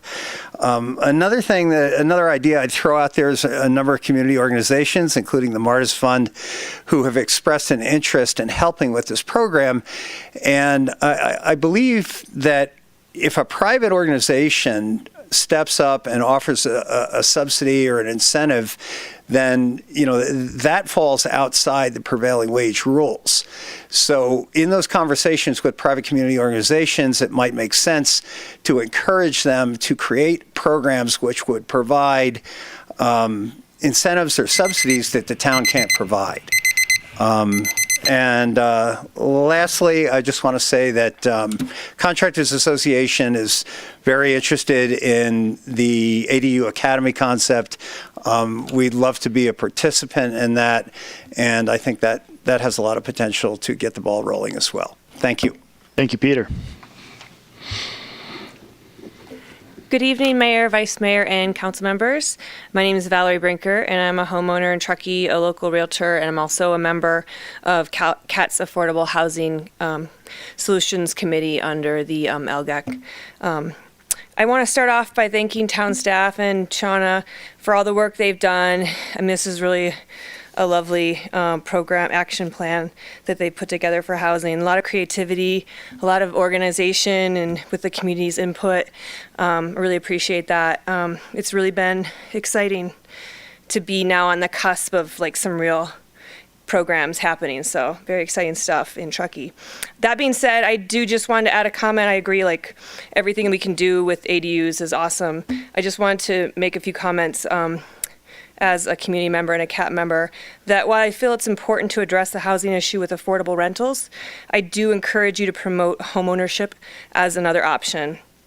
And hopefully, end all be all eventually. I have to say that I disagree that the Martis Fund will be able to be relied upon to always provide this down payment assistance program, and that while it does provide a good down payment assistance option, I can see it getting quickly exhausted. I know that I was talking to someone at the fund today, and she said the first round was used up with 12 loans in 10 months. The second round, I think, closed 8 in 3 months, and 3 are still active right now, so pretty quickly. And the third round was just released, and I think it would probably get used up within a year.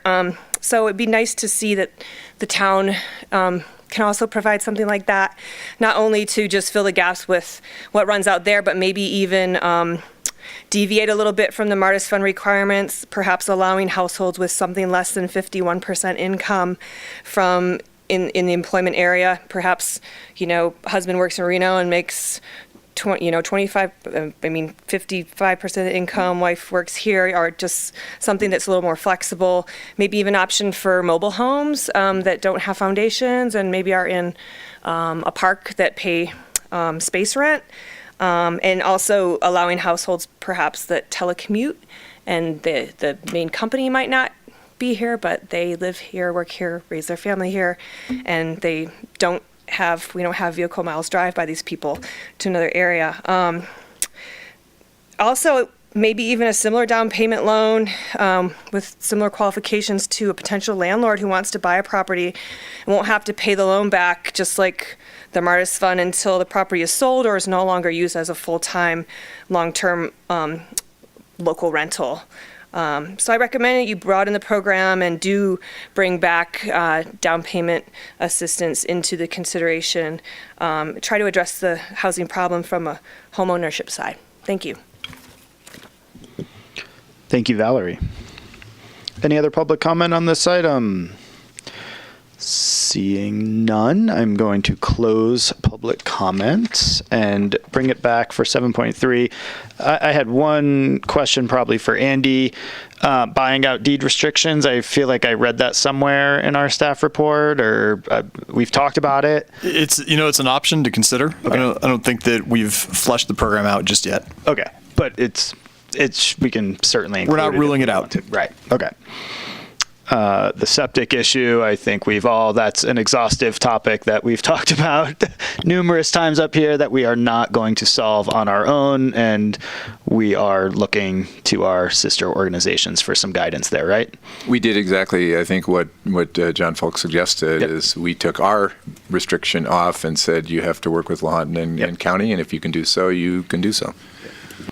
Any other quick questions anybody wants some answers to? Otherwise, would anybody so let's start it out with just the ADU program, and then we'll come into the 4 other priorities and see if we can come to some agreement here, and then we'll do all of the actual resolutions and action at the end of this. So on the ADU program, any comments, any change? Ultimate quantity, maybe inch up a bit higher than 40 over 3 years. Maybe we set it at 50, but willing to see how this goes, and I think it's a good allocation of funding to kickstart the program.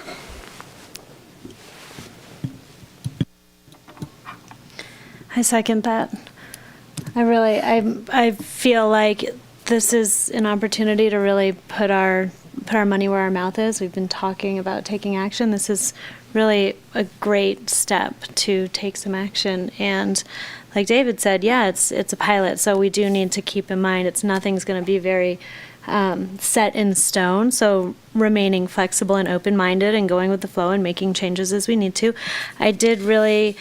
I appreciated all of the public comment as well, and I love the idea of holding public workshops and having checklists on the website and making it as easy as possible. I know I wrote down, because Ann Flores said that with the complexity, the interest will decrease, and so to remove as much complexity as we can from the whole process to really make it as easy as possible. I think being mindful about that, but otherwise, I think this is a great start, and I'm fully supportive.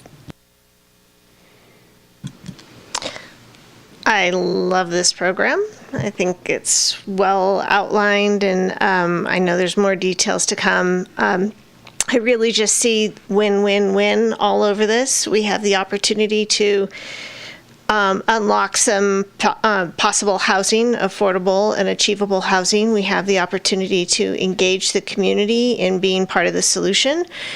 We have the opportunity to create a market and some work for our local designers and contractors and tradespeople. So it just seems like a real win-win-win. The ADU Academy concept, I love that too. And I'm just maybe that perhaps we can throw a few courses in there on sustainability and energy efficiency while we're teaching ADUs. Because I think that's another opportunity where there is a desire for that in our community, both from contractors and designers as well as tradespeople. So I just think there's a lot of great opportunities, particularly in this ADU pilot program. So full steam ahead. Great. Yeah, I agree. Thank you all for your comments. It's really helpful. You'll be called upon to help us craft this program as we move it forward. Heather, I like all of, you kind of that laundry list of things that can help move the project forward is really helpful. And I know I was taking notes too. So thank you. with that, I think we have some consensus on the ADU program, so we'll take all of our action at the same time. But moving on to the 4 new housing program priorities, landlord incentive. So everybody's clear on that. That's sort of hitting on the unlocking of units. So trying to keep our existing housing stock and looking at how to transition short-term rentals or vacation rentals back into long-term rentals. Number 2 would be the town courtyard. So that's basically trying to take control of our own destiny there and moving things forward on actual property that we own. The rental assistance pilot. So that is basically a fund that can act as a central repository and people either the public can access it and or business owners, or it can be used in multiple directions, right? Employer assistance, right? And then, so the rehab and energy efficiency. I'm going to give my 2 cents, and maybe because I still would like to add the down payment assistance to this list if I had my druthers, and something that actually Jeff just said sort of resonated with me, which was, hey, we're only going to be affecting 10 or so customers, with a lot of these programs, right? And I think David said it clearly, we're looking at 50 on an ADU. So to me, if we're looking at these types of numbers, to a little bit of what Valerie said and the Martis Fund, working together, I think the down payment assistance really helps that first-time home buyer, and that is a customer on this list that I don't see. So when we're talking about some of these buckets, that's something that I think deeply about, and I think it's a way that we could affect change quickly. What I would take off of this, because we're all in the business of creating priorities these days, number 3, the rental assistance pilot. I totally agree with the concept, but I also just personally think that's a little bit of a, it can be a how-to. I'm not sure how much time, that could be maybe a longer term, year 2 or 3 type of program, whereas the down payment assistance, we actually could initiate right now and make a difference with right now. And then I've had some conversations with Shauna and Jeff and others about kind of linking the rehab energy efficiency program with the landlord incentive program. So was interested in hearing what the rest of us think about that. So, we talk about it, I believe in our staff report, it's talked about as a incentive package, a cash per year type of thing. I also look at it as sort of a potential reward or some type of loan on the back end that every year you keep your house in a long-term program, you're actually getting an incentive or a loan or some type of something to do actual rehabilitation and energy efficiency projects on your house so that rental experience is better. So I kind of am looking at it from that perspective. I'm not disagreeing that number 4 isn't important. I think it is. I wonder if it sits under some of our climate goals and maybe some of our other departments a little bit better and take some of this housing money and maybe blend it there, but also look at it across a number of different channels. So that's kind of where I'm coming in on that, and was going to open it up to the rest of you guys to see where we want to go on those 4. Councilmember Abrams, go. Falling out of my seat. I just have a question on your thoughts around the giving up the rental assistance fund in exchange for the down payment fund, and looking at the dollar amount earmarked for both. So the down payment assistance would be like $500,000 and the rental assistance is $150,000. So would we put $150,000? Are you seeing, how are you envisioning that? Like the $150,000 towards down payment and helping like one person buy one house, or how, or Because it's a big. I'd be looking at maybe about. I'd be looking more around 400 or somewhere to start with that for the down payment assistance program. I think the landlord assistance program that is coming to us at 500,000 is quite high, and is probably not going to need that much money that quickly. I mean. If we can spend $100,000 on landlord incentives in this coming year, I'd be extremely excited and think that we'd be really successful to do that. So that's where I come from, is just kind of moving some of this money around a little bit. And I don't know how much exact moving of money you need us to do, other than being, providing somewhat of direction. But I would cut out the 150 for sure for right now. And move that into down payment assistance, and maybe just lower the landlord incentive and increase down payment, or keep down payments. Maybe we start with 300, 400. We can always add more to it if we want to, something like that. Jeff, did you want to mention something? Could I just kind of respond to your question about how much direction on the dollar amounts? I think we would prefer less rather than more. Some flexibility, and the reason for that is with the ADU program, you were very definitive, put 500,000 in. So when we were crafting the program, we said, well, okay, let's go backwards from 500, and what it turned out, it would have been much more useful to actually say, what's it going to take? What are the steps, and what do they actually cost? And we were able to kind of fit the two together, but I think we'd rather come back to you with the next couple programs and say, 350 works, and here's why. 410, 180, whatever the number is, those are ballparks that based on somewhat limited, actually going through the steps. So I'd prefer that, but no problem.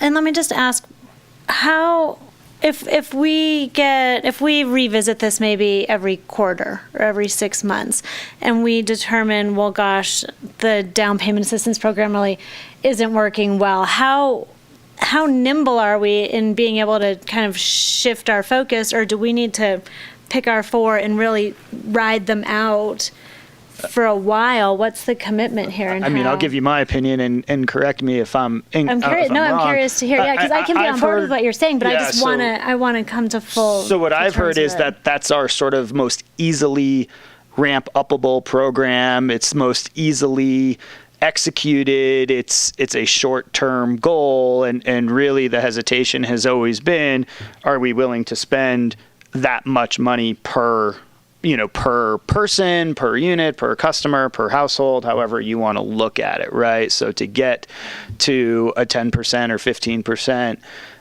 it's a lot of money. I mean, we'd be looking at potentially, I think Martis Fund told us your average grant was 50 in your last cycle. Up to 50, right? So we can craft it however we want. If nobody's taking advantage of it, we can pull it. Yeah, I think we can be pretty nimble on any of these programs. If we're creating a brand new one, which the loan program is not, I mean, it will be a bit new, but we know the mechanics and we have a person who's very good at it. It's a lot easier. If we're creating a brand new one, there's an awful lot of work that goes into sort of building the infrastructure, as we're finding out with ADUs.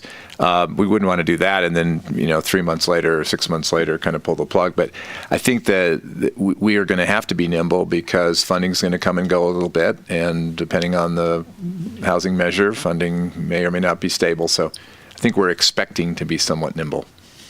Yeah, so when you start to look at it from a work plan perspective, landlord incentive, town courtyard, rehab energy efficiency, and ADUs, those are pretty big programs, right? So that's where I sort of come in with down payment assistance. Seems to be something we can do. That is not this major program that's going to be sucking up a lot of time and resources. But that's sort of where I was, my line of thought. No, I think that helps. It helps to clarify, and it's true. If we already have that foundation in place, it makes it a little bit more efficient. So I can be on board with that switch out. Councilmember Chairman. Vice Mayor Klövstad. Yeah, that wasn't the direction I was obviously thinking that we were going. I know the investment per return is pretty high. So while I'm not apt to say, no, I don't want to do a down payment assistance program. I do kind of think staff directed us in the where we are, or what they presented for a reason. I am concerned a little bit about the rental assistance pilot program going away, just because I think that is how we end up losing housing. We find people moving in that, and you talked about it a little bit in your staff report, very briefly, about people living in their cars and vans, and that perhaps one of the things we need to be looking at is how to solve that issue. And I think that's how it happens. They just are on the edge in their rental situation, and they fall off that edge. And of course, while some people choose to do the living in your car, living out of your van, we also have to recognize the fact that those have some unintended consequences for the environment and the neighborhoods. And so I would really like to make sure that we're not going to further exacerbate that condition, especially since we don't have an answer for that condition right now. I've spoken with Chief Leftwich and Jeff a few times about what can we do in order to create better circumstances for people that are in that situation. And it's not an easy problem to solve. There's a lot of then secondary unintended consequences if we start to create areas for this to occur. So that's my reason for kind of still wanting to hang on to the rental assistance pilot program. I think combining that with the rehab energy efficiency is fine, but I don't know if we're saving you any time and energy in doing that. But I think the energy and efficiency rehab, it has the opportunity to feed two birds with $1, with one tax dollar that we're going to be dividing up. We have the opportunity to achieve our climate action committee goals and keep people in permanent housing. And I just think that's incredibly attractive, and I wouldn't want to stray from that. Yeah, I think that all of these options should remain on the table, and Dave also think that opening it up for first-time home buyers, we can add a fifth one. I don't think we're necessarily limited to these four. I mean, the ultimate goal here, not only with the ADU pilot program, but with these other programs, is to unlock units, to get more housing available to more of the population.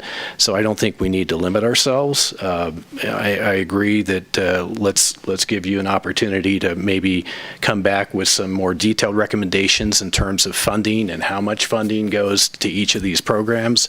How do we get the greatest bang for our buck? But yeah, just because it says four here doesn't mean we're limited to four. And Dave, I think if we want to get into the realm of providing assistance to first-time home buyers, why not? If we've got some funding to do that, so. So I think I agree with all of that, and I was saying the same thing. What I was kind of just saying was pushing rental assistance off to year two. I think what staff specifically asking us is for our good old set of priorities of where we want to go now. What are we looking at year two, year three? So if I'm hearing correctly, there does seem to be agreement to add on the down payment assistance program to sort of the more immediate menu, and not to lose track of any four of these, and to sort of move all five along in congruence. Something along those lines. Yeah, Shauna, you can do it all. I think that's right. You're allowed to push back. Remember, we've had these conversations. They're just all such great ideas. Yeah. We just can't say no. So, and so here's sort of one maybe middle ground on the rental assistance pilot, because I'm a business owner. Like, to me, this is maybe it's some sort of tutorial to start with. Maybe it's not necessarily a fun, but it could be some type of program that shows a business owner how to utilize payroll, how to utilize the existing funds of a business to retain, to secure housing for your employees. Maybe it's more of a business housing type of program that could maybe be a little bit lower barrier, lower, what's the word I'm looking for? Lower programmatic. It's not a 12-month like gigantic program. We're not creating a fund at this point. We're maybe providing tools, to the business community to really understand how they can utilize things like that. There's been examples of business owners purchasing property in town already and how they've done that. So maybe it's a matter of providing examples. Maybe we could even work with the Mountain Housing Council round 2. Maybe that could be a type of policy paper that they work on, so maybe we're still helping, but that'd be something that maybe they could actually take on. And I was just kind of came to my head as we were thinking about that. But I think the other thing here that we have to keep in mind is the seasonal housing that was mentioned, seasonal employees and that need as well. That's really hard for a landlord to deal with somebody who's only there for 4 or 5 months and then somebody else for 3 months and rotating through. So how do we solve that problem as well? Not today, though. Let's not do that one today. So maybe, do you want to have another comment? I was going to maybe go ahead. I was just going to add that I think, picking up on Vice Mayor Clefshot's comment, the landlord incentive program, when you think that we have, 55% or roughly that number of second homes in our community, a lot of vacant stock, a lot of potential there, especially to tackle that particular issue of seasonal workers. So that's a great point. So what I'm hearing, and we're going to be looking for a motion to move us for yes, we are taking action, is one, that we are generally in favor of the ADU pilot program, and then 2, that we might be adding a number 5 to the 4 proposed new housing program priorities. Councilmember Tierman, would you like to lead us on this one? Sure. Thank you. I move that we approve the ADU pilot program as outlined, allocating $500,000 over a 3-year period, and that we also move forward with 5 housing program priorities, the 4 that are outlined here on the screen, in addition to first-time homebuyer assistance. I'll second. Yes, we saw you chomping. Go ahead. Chomping away. Just a clarification, this includes passage of Resolution 2020-12, because that's the resolution that actually formally enables the ADU program. And I'll point out, to dig back, but on page 8 of 15 of the staff report, it describes the specific next steps that staff would be moving forward with on the ADU program. And I'm assuming in that resolution, or in that motion resolution, that it's okay for us to do that. Apropos of my initial comment, we need a little bit of leeway and freedom to get this thing going. Otherwise, we keep coming back to you, and time is of the essence here. So I'm assuming that both the resolution and these bullets about getting an RFP on the streets and all of that can move. Is that fair? Yeah. Yes. So would you like me to repeat those? Is everybody good on that? Everybody's got page 8 up. Okay. Yeah. And actually, there was a bullet missing in there, and in my comments back to Shauna on define the scope of the reimbursement option for design services or solar panel installations. I recommended we broaden that out. Greenhouse gas emissions. Yes, yeah, just to anything that achieves greenhouse gas emission reductions. It doesn't. We didn't have to be so specific there. So we have a motion. We have a second that includes page 8. And was any other comments? No? Any other comments from council?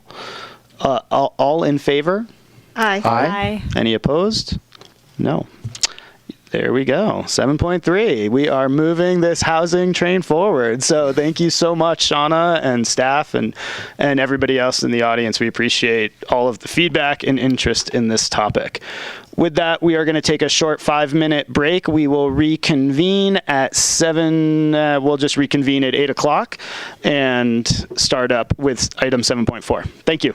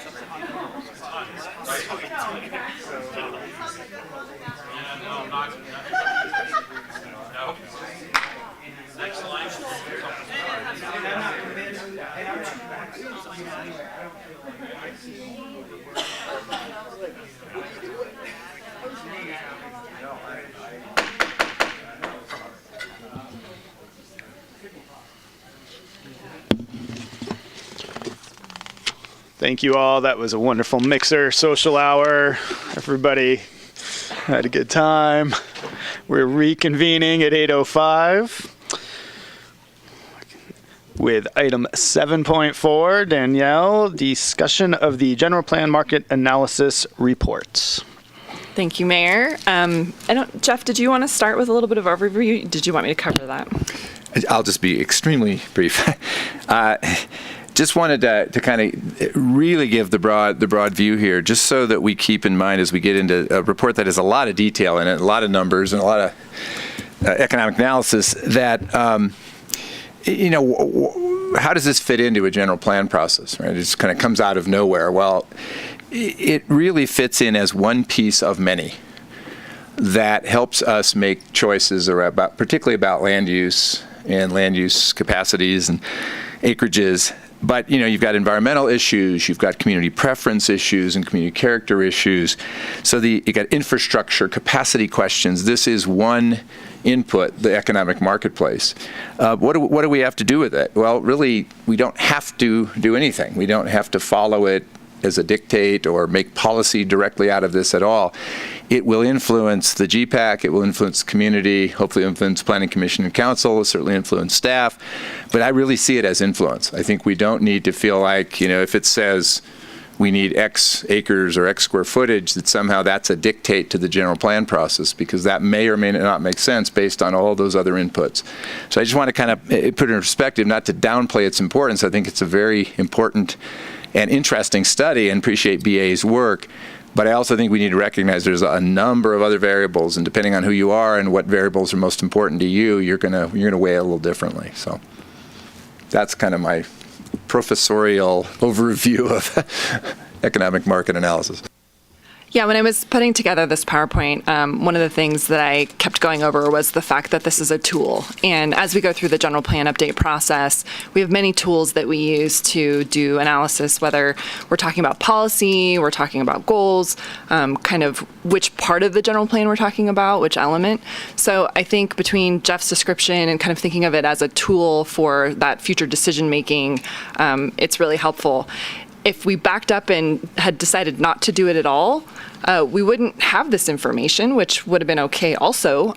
But I think because generally it says we're doing pretty good, it makes it almost seem like it wasn't that complicated. But again, if we hadn't done the report, then we really wouldn't have had that basis to kind of move forward with some of these future land use decisions. So for this presentation, because this is a lot of technical data, what I tried to do is kind of pull this back at a much higher level. And just for everyone's reference, we do have BAE here. So we have Aaron Nussain, who's here. He's in the back. So he will be your technical expert. I am not your technical expert, although I have packaged this information for you. He really knows the ins and outs and actually pulled all the hard data to compile it. So I think that's going to be a good resource for the council and any of the public that has specific questions.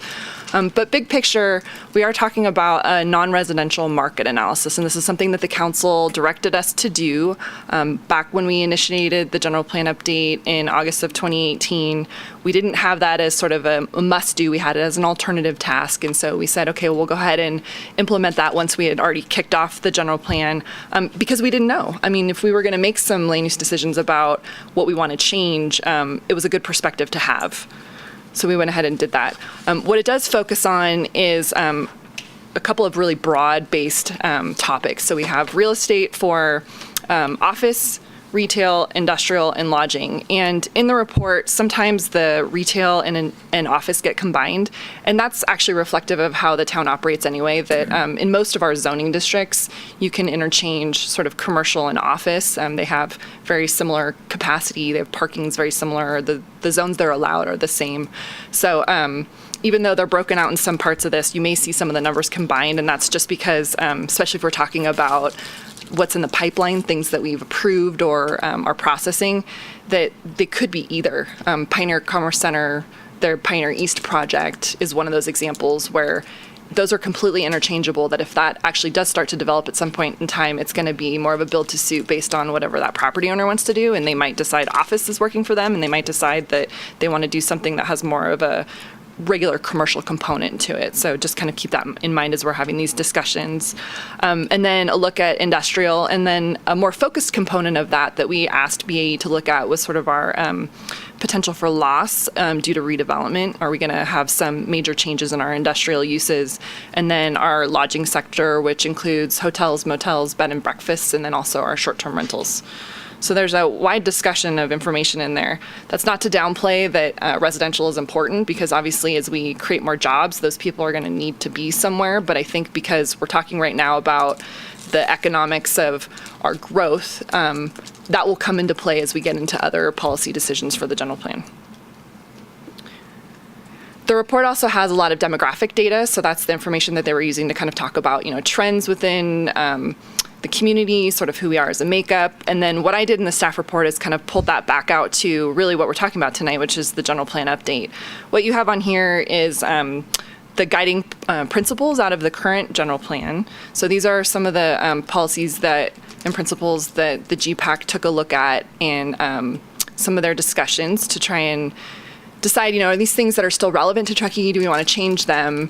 And it was an interesting exercise, I think, going through all the elements really to take a look at kind of where we've gone and where we've been and where we're going. And there's some key features of Truckee that I think still, keep resonating. They're in our economic analysis. They're in our general plan. GPAC talked about them, and they really build off sort of our natural environment and capitalizing on that. I mean, that's what makes us unique, is sort of our location. We're part of the greater Reno area. We're part of the North Tahoe area. The BAE report talks about that and sort of, the different trends, what makes us competitive, what puts us at a disadvantage. But ultimately, we have a high quality of life. We're in an amazing location, and people start businesses here oftentimes because of the tourism that we have. And I think that will still resonate with this next general plan. It's not something that we're going to be able to get away from. What came out of this, though, seems to be sort of a recognition that we do have locals here who have a need for services, and there's an opportunity for us to kind of focus on that if we want to. So it's sort of thinking in terms of what will help Truckee have that continued future success. And that's what we're asking council to weigh in tonight on some of these topics, is as we start to look at some of the focus areas within the land use alternatives portion of the general plan update. So, kind of taking that land use plan, the map that we have that shows all the different land use designations, are we going to change some of those to better reflect the community's, needs as we anticipate them for the future? I put this up here because I think this, really does kind of reinforce that when GPAC looked at what's in our current general plan, and they talked about how they would reword things for the 2040 general plan, the long-term economic viability, our natural capital, and then sort of, again, focusing on high-wage jobs, which is something that's in our current general plan, were really those kind of key terms that kept coming up, and they're threaded throughout their suggested kind of policies that they want to see when we get into that greater level of detail. So those are all important things for us to take a look at in this general plan update process. Just a few statistics out of the plan, because I think they're good for background, and there's a lot more in there than I wanted to kind of focus on in the staff report. But our median income is higher than Nevada County's. It's actually pretty high in general, although still makes it difficult to find housing. Part of that's because our housing stock is still significantly single family. Hopefully we're going to make some movement on that with this general plan. And I know that was one of the council questions of, gee, we talked about some other kind of land use designation or something that can address, going back into our single family zones and relooking at those. And that's still on the table. So I didn't want to make anyone think that we had forgotten about that. But who we are as a population and how we see that growth also factors into those jobs. So we have a pretty consistent, or have had a pretty consistent growth rate for the last 5 years. And that's a good number. That doesn't mean it's going to stay that way. But when we did the last general plan, we kind of anticipated having this 4.5% growth for the first 5 years. And then it sort of slowed down to this 2.5%. And we actually never really stayed at that level. We were much slower growing than we anticipated. But generally, working age adults, a lot of them kind of entering middle age, young families with children, pretty educated, and many owning their own homes. So that just gives you a snapshot of who we are as a community. When you look at that, how it translates into sort of the jobs that everyone has and how they're able to live in this amazing place, our biggest sector for jobs is public administration, with the second being leisure and hospitality and the third construction. These numbers, obviously can change. This is really talking about our just kind of overall makeup of what we have within the community. And obviously we have a lot of special districts. We have a lot of just kind of public jobs in general. And we know construction's still a huge component, and the construction ties to sort of our tourism industry, and that's how they all kind of work together. So there's a lot of potential within these sectors to continue growing over the next 5 years. And that's some of the things that we're going to look at with sort of how we want to see our land use mixes and when we start talking about future policies. So although the next 4 slides are going to be very similar looking, what I thought I would do is just run through them, finish the presentation, and then give council the opportunity. Once you've done public comment, we'll go back to each of these and just talk about them one by one, because I think that'll make it a little bit easier. And then you can ask questions of Aaron and kind of sort through this. But big picture, because we were focusing on these different sectors, for office and retail and lodging, we generally have enough land zoned through the life of the general plan through 2040 to meet our projected demand. So I just want to put that out there. But it's interesting to see through this study some of the things that we probably didn't recognize, like who's using our offices and what those look like. We're not going to be attracting, these office buildings that are hundreds and hundreds of employees because we don't have the same competitive market than if you went to Reno. But we do have a lot of sole proprietor businesses and smaller businesses. We have a lot of kind of co-working or telecommuting or other things that have been talked about, which really drive this need for some smaller office spaces, and those are harder to come by. Part of it's because some of our stock is just older and it's hard to subdivide those spaces up into smaller spaces. We haven't had a ton of new construction and office done that wasn't for a specific person building it, other than the Phoenix building. That's been sort of more of one of the recent ones, which is out here off of Soaring. So one of the things that we looked at and think council should talk about is creating some new policies within the general plan that really kind of dig at this need for flexible office spaces, and how those could align with our vision for kind of keeping some small businesses here, creating that flexibility for more affordability, and then also how that matches up with any discussions about rezoning, because we do have some applications in right now to rezone properties that have commercial potential. So what should we do about that prior to having the general plan finished and adopted? So that's something to think about. For retail, and the report has a lot of information, I will say, about whether it's leakage, sort of, how we're spending our dollars, where the money's going, so we can get into that. What I try to do, again, is just keep this at a very high level, that we have a healthy market.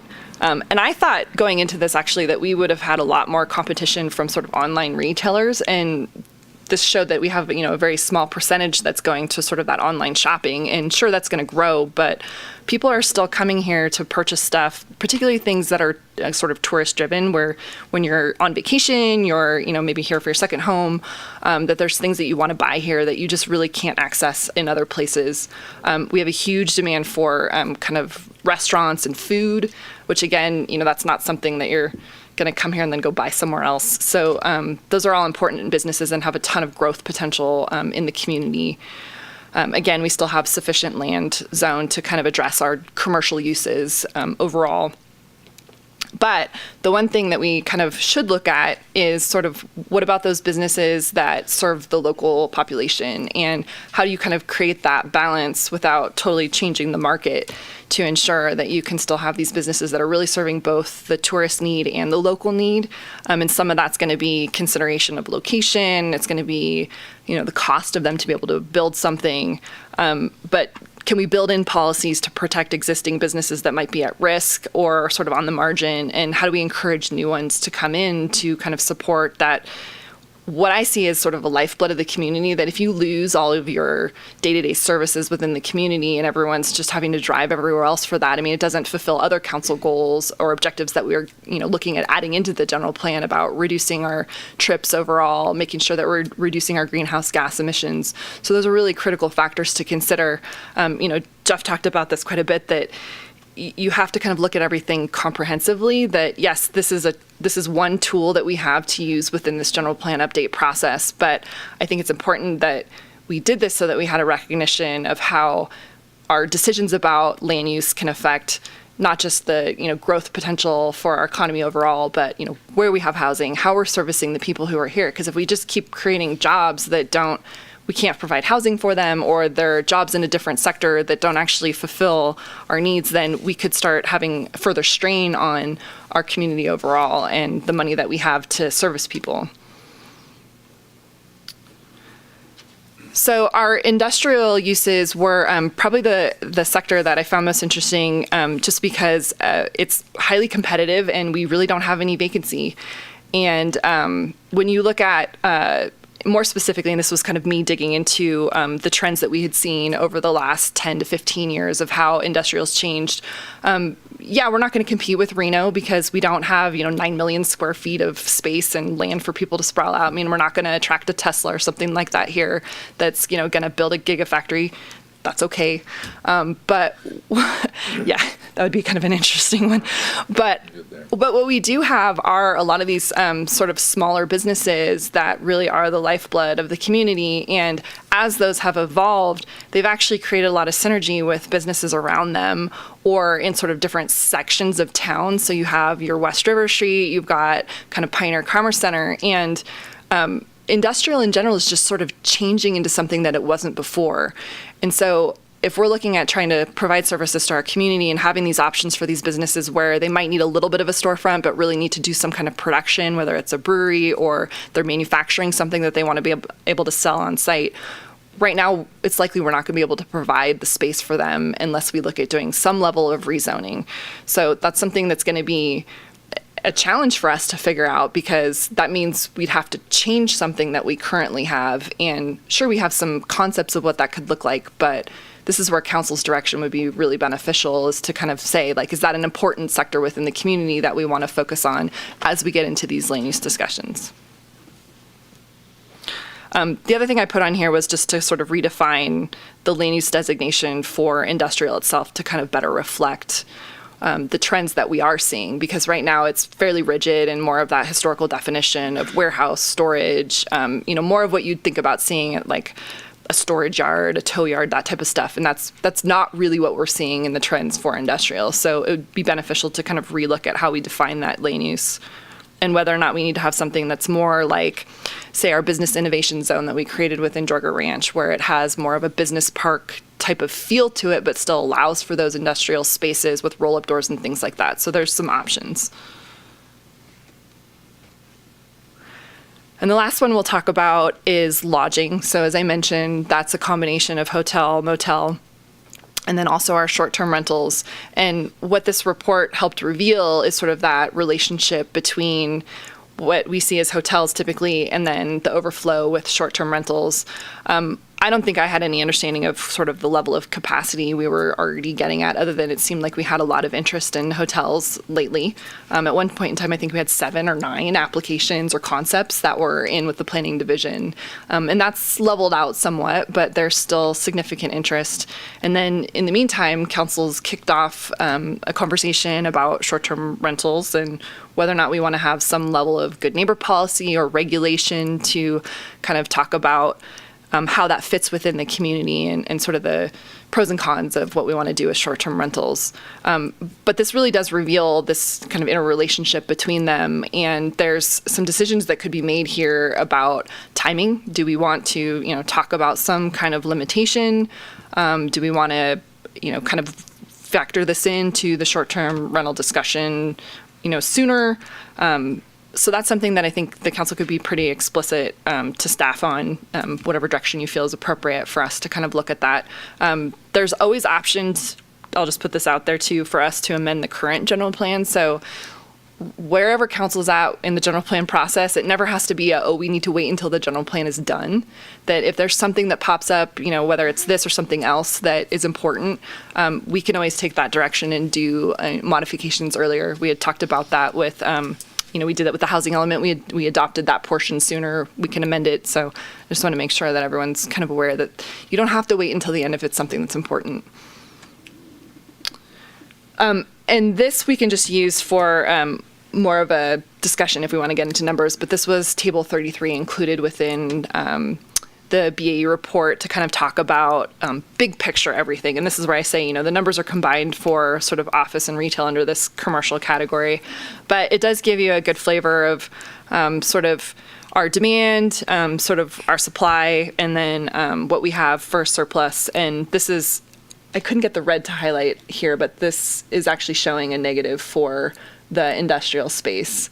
So I think this will be helpful if we want to see the actual numbers.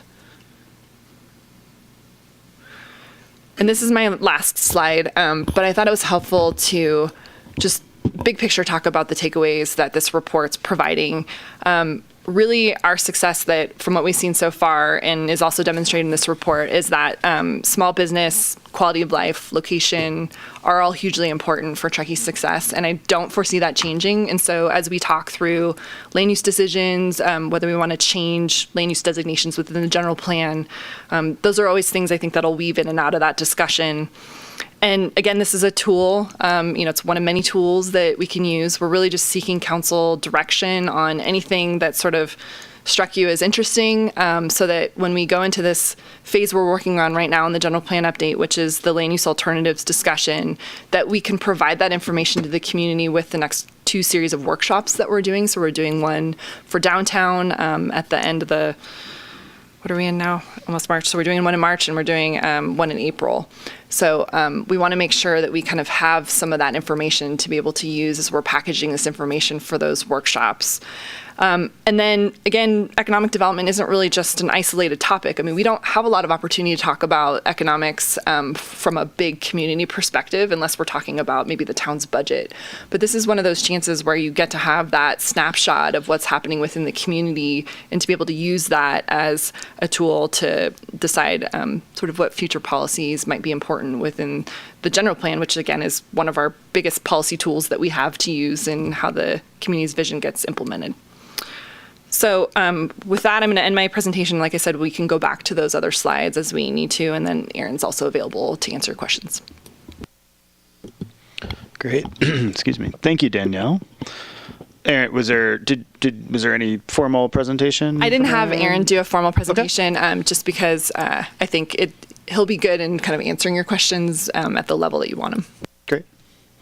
Okay. Thank you.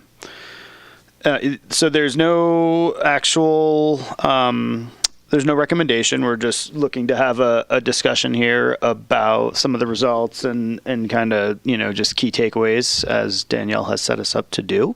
So, any questions that anybody has about any of it?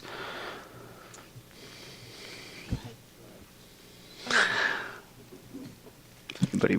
Danielle, can you just go back to the square footage slides? Second to last one. While you're pulling that up, so what we're saying here is based on the capacity that we have, the projected need, we have to find somebody who's interested in building some more industrial and create some zoning for it, both? It's really it starts with the land use designation first. So obviously that does affect individual property owners.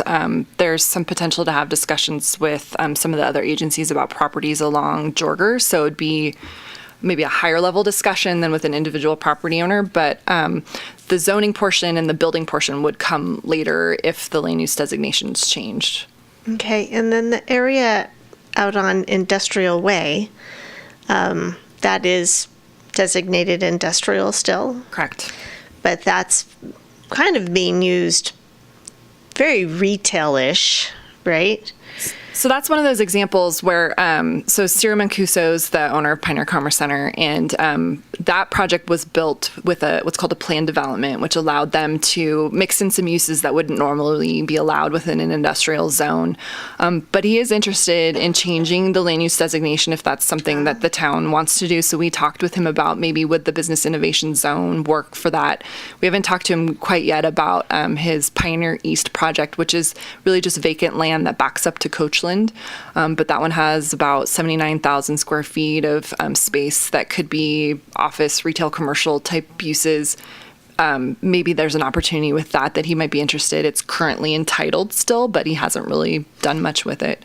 So there are some options for us to look at those. Pioneer Commerce Center really wouldn't change sort of the full mix of uses out there, even if we changed the land use designation. But we have also had discussions about making sure we protect some of the more true industrial areas to stay industrial, like Industrial Way, and Trails End is also a little more like true industrial. Right. And a lot of this is coming because a lot of the existing industrial activities are along West River, and we're looking at shifting that use. Yeah, I mean, there's going to be some discussions as part of the downtown specific plan and as part of the general plan to focus on that area. A portion of that is currently within the downtown specific plan, but has never really been envisioned fully as part of the downtown. And so that's an opportunity area where we foresee, if we want to implement the river revitalization strategy or look at housing opportunities, that those land use designations may need to change. Okay. And then you didn't bring it up here, but the report itself has those maps that have the different areas specifically identified. And in many cases, whether we're looking for future retail opportunities or office space or industrial, it's really a patchwork. And so having not been through a general plan before, a general plan update, we can go in and literally rezone by that patchwork to bring about the desired shift? You typically wouldn't do it quite at the small parcel level unless it was a very critical, larger piece of property. Okay. But you can do things like create mixed-use zones or mixed-use land use designations to capture some of those ideas. Or even if you called it industrial, then you could change potentially the description of industrial to have some different flexibility to capture some of these uses that have emerged that are different. Okay, because I was actually surprised to see how many commercial and mixed-use zones there were in some areas that to me appeared to be primarily residential. But that goes back to our discussion of trying to create complete neighborhoods and lower vehicle miles traveled, and so there's definitely some good reasoning to go in that direction, right? Okay. Yeah, I think we also have to recognize that, Truckee as a town is still pretty new, relatively speaking, to things like general plan designations and zoning. And so a lot of our commercial general plan designations and then the underlying zoning go back to a very different time, when there was a highway at Donner Pass Road and there was a highway running, in different places. And so some of the dibs and dabs you see are sort of historical artifacts, very difficult to unzone commercial property, even though the market may not have produced, or the market may have changed dramatically. So this is our opportunity to take that look. That explains a lot, especially along Old 40. Well, yeah, some of Yes. the hodgepodge, as you described it, I think is, it's kind of a county artifact of a bunch of kind of different, in a different era. Yeah, I mean, the famous phrase from Tony that Jeff talks about all the time is Truckee is a city that only a county could create, because it has such an unusual set of land use patterns. Yeah, you can really see that on those graphics. So, but I think we have an opportunity to leverage that and try to create something that could be very successful even with that circumstance. So, thank you. Great. Okay. Councilmember Tierman? Yeah, just start out with a couple of comments. Aaron and BAE, thank you. Really good job. Very thorough report, a ton of information, very interesting and informative. So I'm glad we did this. I think it was well worth the decision that we made last summer, I think it was. And Danielle, thank you for distilling down into a very nice PowerPoint a lot of complex ideas and information. So appreciate that as well.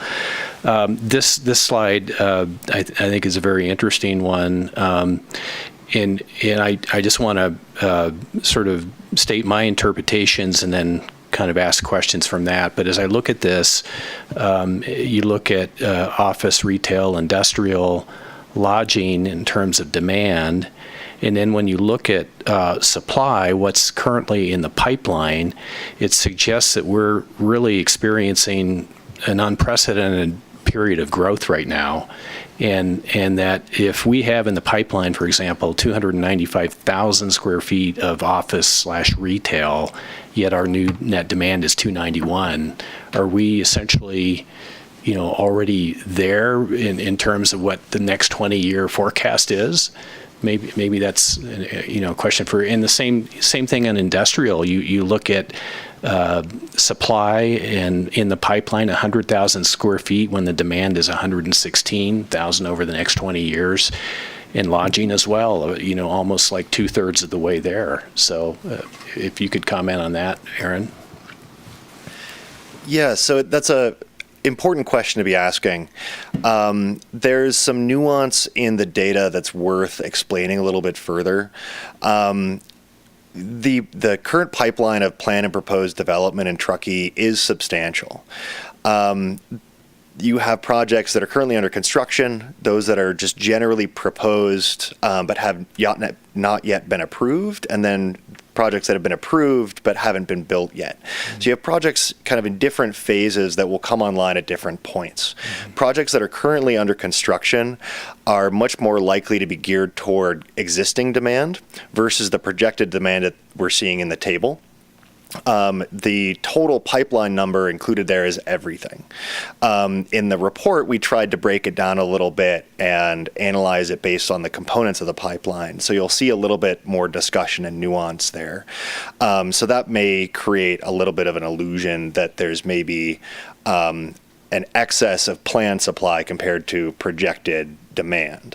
There's also no guarantee that those planned projects will ever materialize, that they'll ever be built and be put on the ground.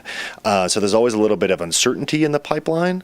That said, you have a substantial pipeline. You're looking at a 20-year projection of potential demand. These are projects that people are coming to the town about right now. They may take 5 years, they may take 10 years, but somebody's already trying to move forward on them. So, that's encouraging, and the town should take that as an indication that people want to do things in Truckee. Okay, Thank you. Yeah. Yeah. And the other just question on the report, there was I believe it was 2011, BAE did a draft report. I don't think it ever was finalized, but it was sort of a market. Do you recall that? Was that, there was a report that BAE did about 9 years ago for the town. Maybe it was for the PC3. I mean, we did one for Jorger Ranch, and that was very specific to just that property in general, as we were trying to figure out what zoning made sense in that area. I'm not sure we did anything beyond that with BAE. I mean, we did one for the rail yard. So those are the two that I remember. Okay. Well, I guess my question was going to be more about the nature of these reports taking into account how quickly things change. Things aren't static; they're dynamic, and we're living through a very dynamic time. And this is a snapshot of where we are right now, and maybe our best guess at projecting the future. And can you comment on that? I guess just generally speaking. Yeah, absolutely. So we have to work within the confines that are created by the data that's available right now, and the projections that are in the report essentially reflect our current expectation about what future growth is likely to be. Mm-hmm. There's a fair amount of uncertainty that's inherent to that projections process. And there are certain changes that we can reasonably anticipate. There are plenty of changes that we can't. For example, most of us didn't anticipate the prior recession. That's just one good example of the types of changes that we just can't anticipate. So we've done our best to try and reasonably anticipate some of the changes that we're aware of. For example, when we were developing, in particular, the employment projections for this report, we looked a lot at what was happening in Reno, recognizing that that's the nearest large metro area to the town of Truckee. Your economy is really tied closer to Reno than it is to the Sacramento metro, even though, technically you're within a planning region that's part of Sacramento, the Sacramento region. And so we've looked at the regional trends, both including Reno as well as just in North Tahoe, as well as within the town, to try and get a sense of where the community is headed, and tried to incorporate that into the report. Okay. And then a question, maybe, Danielle, it might have been on one of your slides, the 303,000 square feet of demand for, I think it was industrial with redevelopment. Could you elaborate on what that means? It's redeveloping existing property and right. So that would be part of what we focused on was like West River Street and taking a look at if those properties were redeveloped by the current property owners and those businesses had to go somewhere else. What would those turn into, and sort of how does that factor into that demand? I see. So that's in addition to new demand. We're talking about existing industrial that may get displaced, which falls back into the demand category. Okay. Yeah, and that's assuming that those businesses would choose to relocate. Mm-hmm. Also, it's assuming that they would choose to relocate into a space that's comparable to what they already have. We acknowledge that businesses that own their property will probably, assuming they choose to redevelop, would be able to realize some returns on that property that could allow them to relocate and create some new facilities. Businesses that maybe rent their facilities would have less of a ability to do that. We acknowledge that in a report. It's a little uncertain exactly how that would play out. And this, 300-some thousand square feet is our best guess at what the current on-the-ground built space is within the West River Street area. Okay. And then one last question for now on the slide. I think it was the second to last slide. This one, yes. So it's the bottom line, I guess, is saying this in terms of the surplus of office retail that's showing the 821,000. Is how dispersed is that throughout town in terms of the ability to create neighborhood serving retail? Maybe that ties back to the map, but I take it that that's all over town, that kind of a surplus in terms of our current zoning. Yeah, it's kind of spread out throughout the town. I mean, we do definitely have pockets that, like even Glenshire has a pocket of neighborhood commercial that's vacant that hasn't been developed out yet. So they're still out there. Right. Okay. All right. Thank you. Yeah, thank you. This is a good report, and there's even more detail to go through from my end. I had a couple quick questions about how do you calculate, so I guess our growth rate was one question that I had, sort of you said it evened out around 0.5%, and I'm wondering, is that a function of supply? Because we have this housing crisis that we continually talk about, and there's I talk to realtors all the time. There's always low inventory, very, fat. House goes on the market, it's gone in 2 or 3 days. Or is it a function of actual, migration or how do we calculate that? And are you limited by the fact of a supply cap kind of thing? Yeah, that's a great question. So generally when we're doing this type of work, we like to look at it purely from a demand perspective first, so that you really understand, barring any major constraints, what people would generally choose to do. Now that's much easier said than done. Because we then like to layer on those constraints on top of that to say, okay, is it realistic that you can actually capture the demand that you might otherwise without those constraints?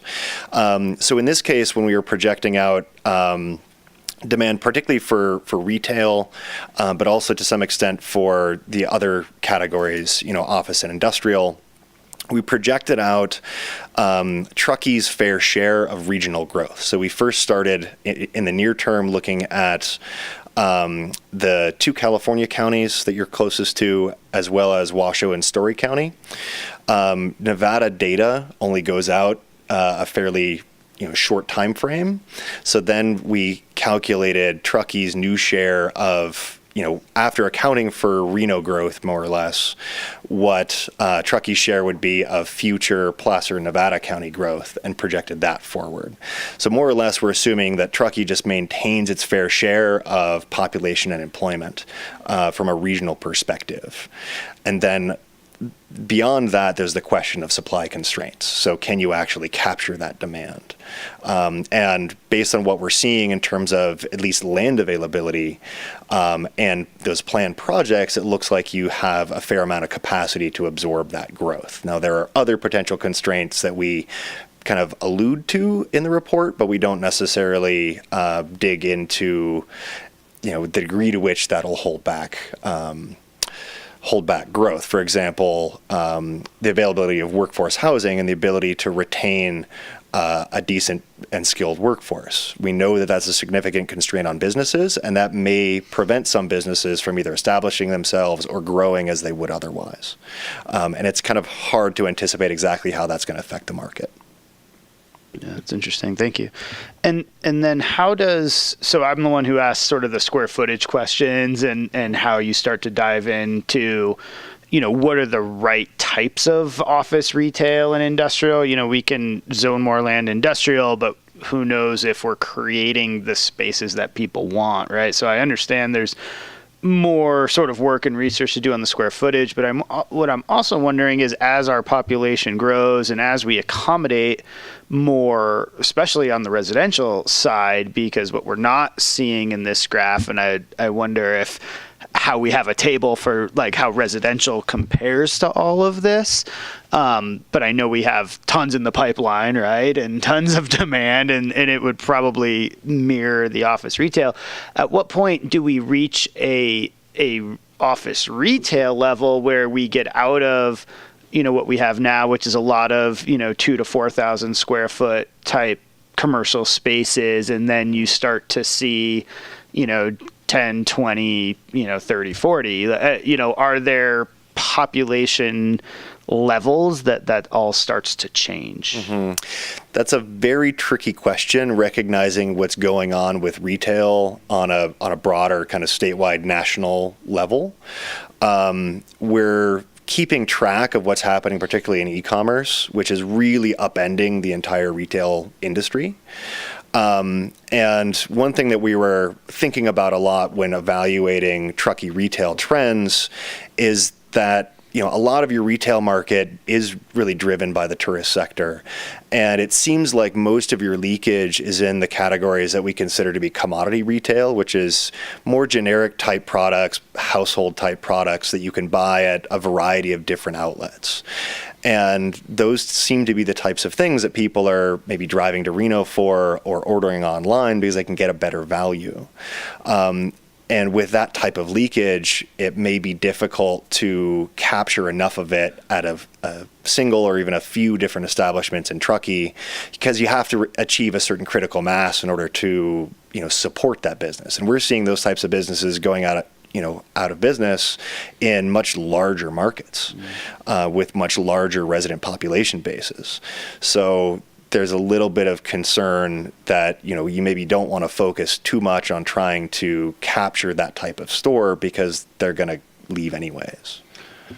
And that kind of leads me, so, does it lead back into this whole, smaller footprint, flex spaces? I mean, that to me is sort of how I think about it as well, is, smaller spaces are more flexible, they can maintain margins better, rather than building or accommodating even, large square foot spaces. And are those, is that policy language that we can include as we move forward, or at least, talk to the community about and see what the community is interested in seeing as we move forward? Definitely. Yeah. The exception being potentially industrial. Right. I mean, when you're talking about office, retail, absolutely. And that's, I think, kind of what the recognition is. Yeah, precisely. When you hit the industrial category, then you wonder, what will it take to, for example, get some of those West River businesses to have a home elsewhere? Yeah, correct. So making sure that we're appealing to the types of uses that, actually can function in our community and be productive. I mean, that's really what I'm going at. And then my last question is just on the lodging front. I sit, as you all know, sit on the T-bid committee, and they talk about average daily rates declining on a regular basis, and huge gluts of inventory 80+% of the time, and and things like that, and this really, I think, illustrates that over a 20-year period, we have, I think I calculated, over almost 70% of our inventory already allocated. So just wondering what sort of tools this report might help us articulate, or how we help talk about that in the community moving forward. Any ideas for that? Yeah, I mean, this is, it's sort of like the discussion we had with the last general plan about golf courses. It's pretty similar that at the time we were doing the 2025 general plan, we had, I think, 6 kind of all being proposed at the same time. And the community said, okay, I think we finally hit our saturation. So this seems like a similar topic in the sense of maybe we need to have that at a broader level discussion of what do we want to do? Do we want to address that now, or do we want to address that later? And there's a variety of tools that the council can use. You could, throw it back into sort of the workshops that we have and ask that very focused question, give this data and kind of weigh people's opinions. We can do it through surveys. You could be more aggressive in your approach and say, let's do some sort of limited moratorium, until we have better information, or you could sort of focus on the general plan itself and have some very specifics of no more hotels in the general plan as a policy. So there's a lot of different options that we could look at. It just depends on sort of how aggressive the council wants to be with this particular topic. And we have to remember short-term rentals in that conversation, because they're essentially rooms. Yep, absolutely. Cool. Thank you, Aaron. That was just some philosophical questions that I had. With that, let's open this item up for public comments. Come on up, state your name. We got 3 minutes. All right. Thank you, John Falk, Legislative Advocate, Taos Sierra Board of Realtors. One relatively easy item, and then one that's a little more contentious, perhaps. In looking at page 5 of the staff report, under the staff recommendation at the bottom, when it looks at the example, using the word requirement, I might suggest that rather you look to words like encourage or incentivize. In other words, use language that moves away from mandates and towards a more carrot-based approach. Turning over to the issue that can be more spirited, we would ask that you not go in the direction of introducing any limitations on STRs at this time or directing staff to go down that road. We consider this to be a legitimate residential use, key to our tourism economy, and that frankly, limiting or attempting to engineer how residential properties are rented is a sea change that we think would be imprudent and have economic impacts that would ripple throughout this community, including to the town coffers as well, not just TOT and sales tax, but the actual AV tax base if it has an impact on property values over time. And so while I understand why it was discussed in this document, and this is, the document itself is excellent, rigorous, information dense, but nevertheless, we would challenge the underlying assumption that STRs are a non-residential use. And so we think it doesn't belong in a non-residential discussion, and that's where it is being considered at this time. It's an incidental use, and it's in keeping with the direction that we've seen historically throughout this region, past, present, and probably well into the future. And if you really want to look at the issue as it relates to housing, it's really, we need to be looking at a second home issue, not an STR issue. And so really it's a misdirection of resources and interest. STRs are a hot button topic. Nuisance is the issue, and regulating nuisance is the solution. Thank you. Thank you, John. Hi, my name is Heather Rankow for the record. Thank you, town staff, for your wonderful presentation, and BAE for the report. I'd like to provide some public comment regarding the current agenda item 7.4. I'd like to know that BAE indicated that, as reported in Table 333, the analysis indicates that the town of Truckee likely has sufficient commercially zoned land to accommodate anticipated future demand for retail, office, and lodging uses.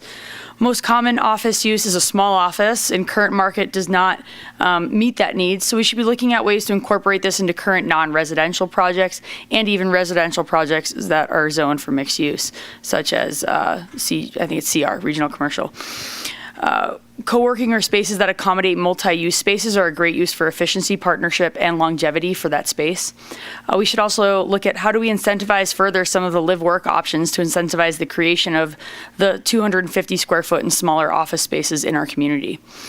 I wanted to specifically bring to light staff's comment regarding the conversion of non-residential land to residential zones, as this is stuff that is pending and not, from my understanding from the report, not approved just yet. As BA report notes that large plate sizes for non-residential spaces are a struggle in our community, specifically because e-commerce is building up as brick and mortar retail is dying down. The real need is in smaller boutique type spaces, small office spaces, and etc.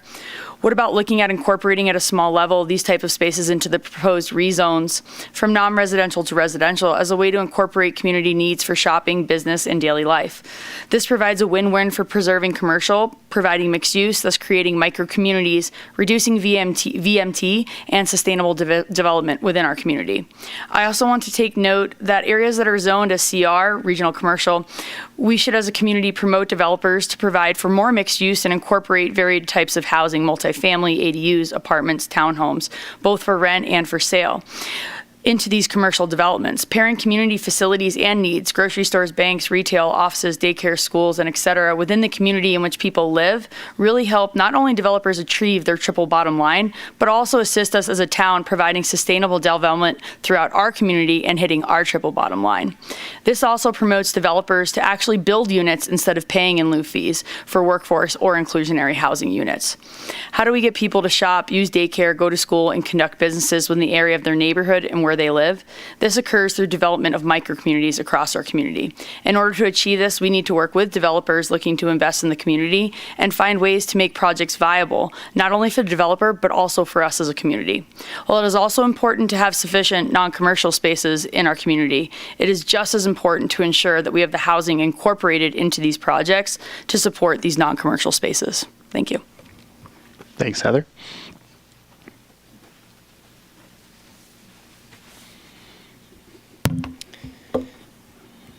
Let's see here. Mayor Pallavi, honorable council members, Jan Holland for the record, Truckee residents, GPAC member, and also just wanted to second, I don't think I could communicate better than Heather did. I think the importance of really in the next general plan, figuring out how to encourage these micro communities, and even in improving the communities that we do have with some mixed use, and being a lot more flexible with the zoning.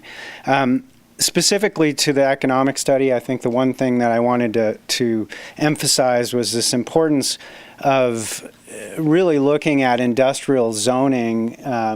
It's something that is needed. Many of you know we have pulled together an investor group to essentially create housing on a industrial parcel that's actually zoned residential, downtown residential.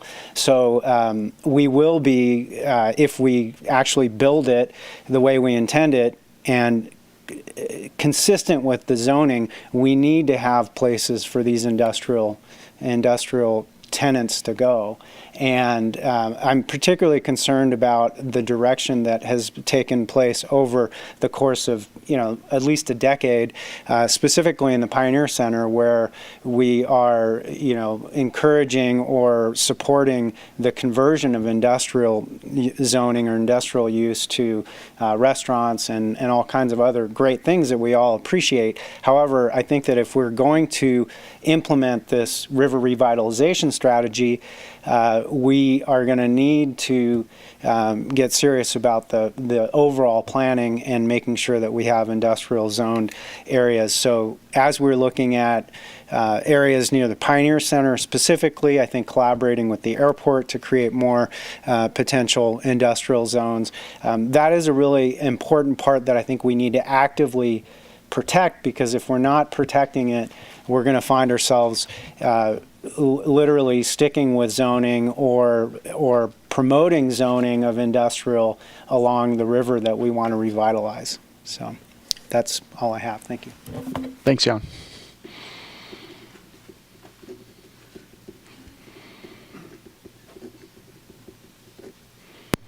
Mr. Mayor, members of the council, my name is Art Chapman. I'd like to first start by applauding the staff in BAE for a very good report. I've seen a lot of these, and this is a very, very good report. And it's interesting because this report is really the frame that's been created around the picture, but the painting is going to be painted over the next 20 years. So you've got the frame around it, and we're going to have to see what happens in the next 20 years. Not too long ago, I had dinner with the new president of Fannie Mae, the largest financier of housing, maybe in the world. And I bring it up because at that dinner, he turned a napkin over and he drew a graph starting in the Clinton years that projected the cost of creating single-family housing in this country. And then he projected the increase in disposable income.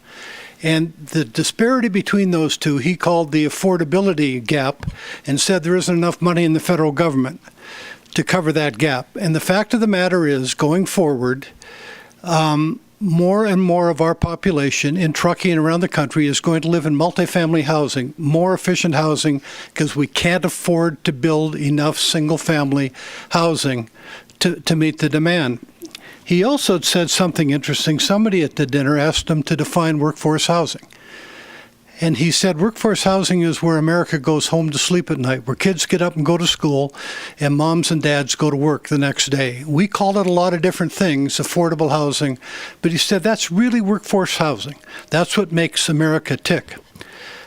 the 5,000-pound gorilla that's in the room that wasn't in this chart is the housing issue. Because those projections you see for retail, for commercial, for industry are dependent on us being able to attract a workforce housing, create workforce housing for people who will work here. I can tell you our experience down the road, just across the street, where we're building some retail, is it's been very difficult to attract new retail concepts because they can't, because of one, the regulatory environment in California, but two, the inability to attract employees. They can't create a workforce to do it. When I got out of business school a long time ago, I went to work in local government, and I think Jeff knows that and some other people. And I remember many years ago listening to the transportation planners in Southern California say, well, you know, there's going to be 2 million people living down the way about 40 miles. We better build a freeway to serve them. And lo and behold, we built the freeway, and there was 2 million people living down there. The projections that the BAE has properly come up with here are dependent on us being able to attract employees and families to this area who can afford to live here, who can go to work, and they can support our school district and our hospitals and the other things we have going in here. So I applaud Shauna's guts for taking this on, Shauna, but I think the key to the whole economic development picture is how we are going to create affordable housing. I'm involved a little bit in Sacramento with the governor's new efforts on housing, and it's a real problem, and it's not unique to California. It's not unique to Truckee.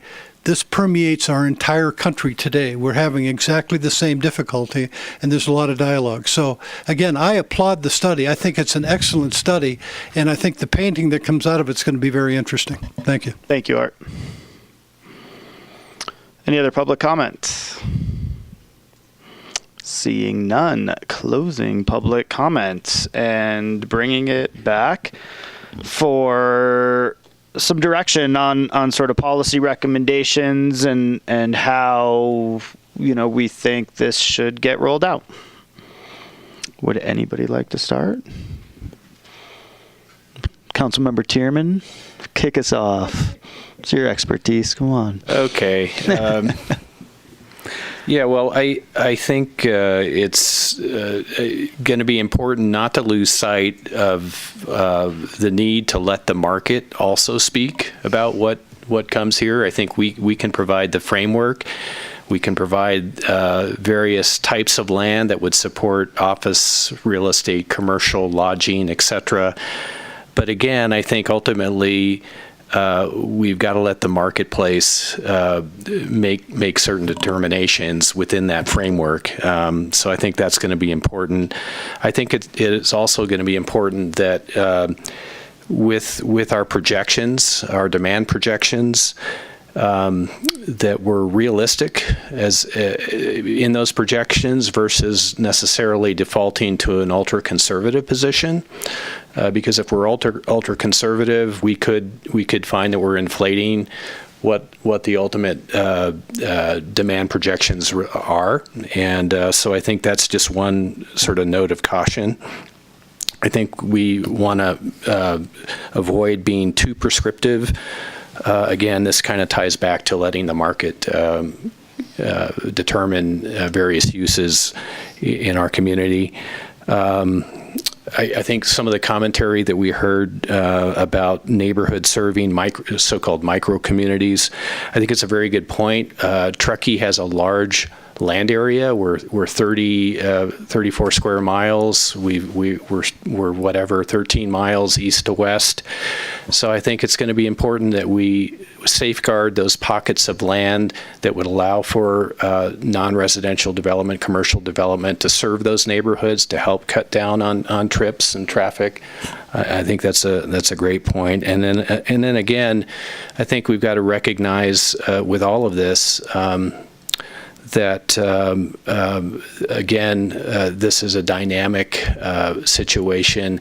The report, nothing in the report, I think we should consider as static or fixed, and I think we've got to bear in mind that as we look at this, as we use this to help guide our general plan policies and decisions, that we take it with a grain of, I guess, flexibility, if you will, bearing in mind that things will change and can change. And I think, Aaron, you made the point about what is going on with retail. Well, a lot's going on, and a lot is changing. So I think we've got to bear that in mind. So I'm not sure I got at any of the staff policy recommendations per se, but if we want to start with this one, again, yeah, I think it's reasonable to encourage businesses that align with our town's vision, and again, I think that's going to sort of naturally happen, and that's where the market again comes into play. I agree that policy should address more flexible type office spaces. I think that's the wave of the future. That's where things have been heading for the last 10 years. So, yeah, I'll leave it at that. Are we going to take these kind of one at a time, or I don't know that unless you want to. I think provide some commentary. Staff's listening, and this isn't a directive necessarily. It's if we need to hone it in a little bit more, we will. But maybe provide your 2 cents, and if we need to come back around, we will. I think my 2 cents sort of applies in a blanket format to most of the various sectors that we're talking about. Jeff, any questions? Or each council member may want to weigh in. The one specific, I think, that's in here that we would have to be a little more proactive about is, do we seek additional opportunities for industrial, for the river revitalization, what appears to be a pretty big lack if everything happened the way it could. Because not that the GPAC and others could sort of lead us there, but I think it'd be better if our maps led everybody there and at least ask the hard question, do we want to add 10 acres? It doesn't have to be literally 10 acres, but do we want to be looking at some options? We think yes, but I'd like to confirm that with you guys. Yeah, no, I agree with that. I think that makes sense. We do have an established sort of industrial light manufacturing presence in our community, and if we are projecting, and I think it's probably a pretty realistic projection that we're going to have a deficit, then I think it does make sense to look for new opportunities, whether that's 10 acres or 8 acres, So I would agree with that. Yeah, and maybe I would just chime in on that and see if we have agreement.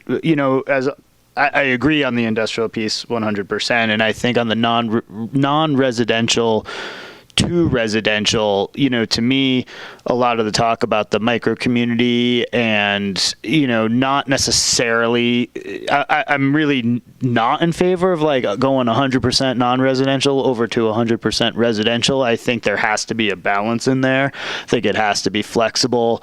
I am very market driven, as you know, but maybe not quite as trustworthy of the market to make good land use decisions all the time. So I would be slightly more open to reining that in, mostly in terms of big spaces, and I keep coming back to the square footage issue.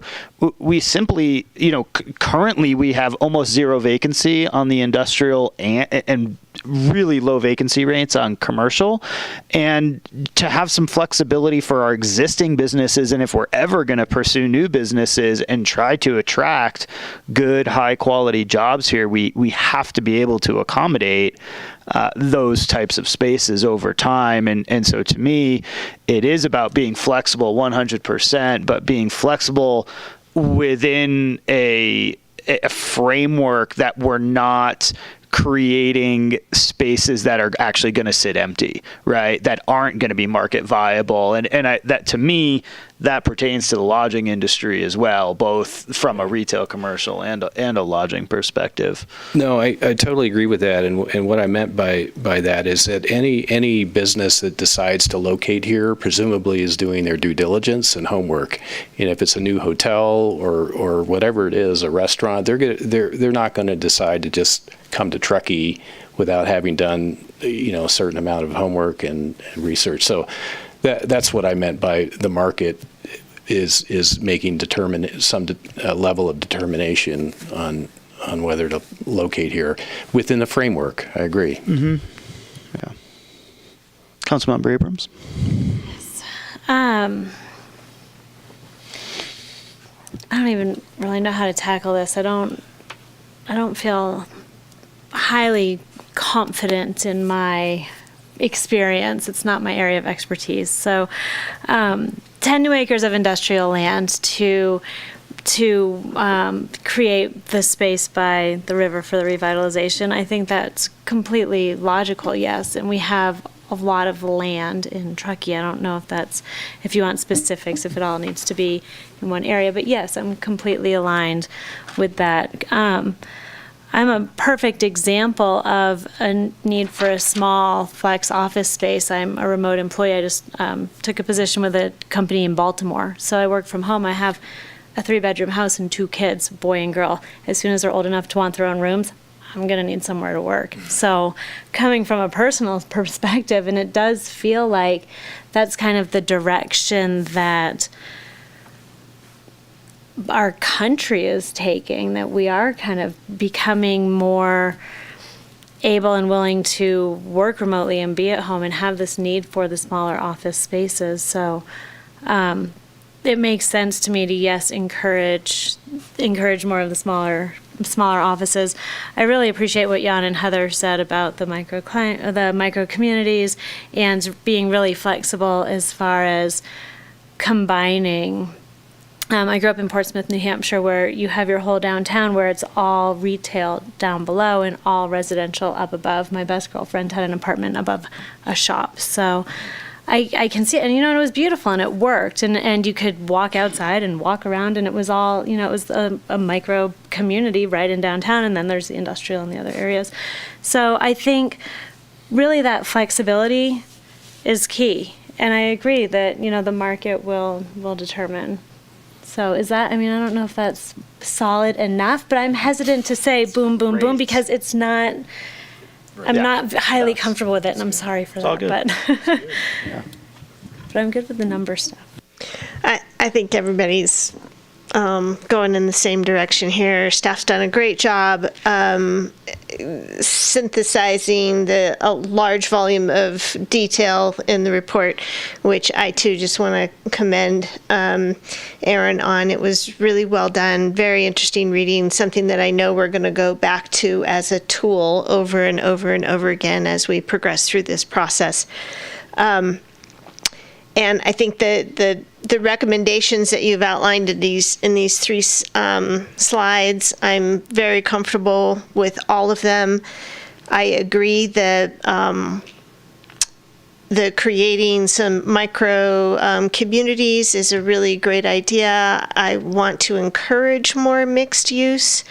We have, I think, our society is moving back into that direction. It's kind of, we've had this pendulum swing going to our individual little, half-acre single-family homes, and we're seeing the benefits of maybe moving back towards something that you grew up in, Councilmember Abrams, yes.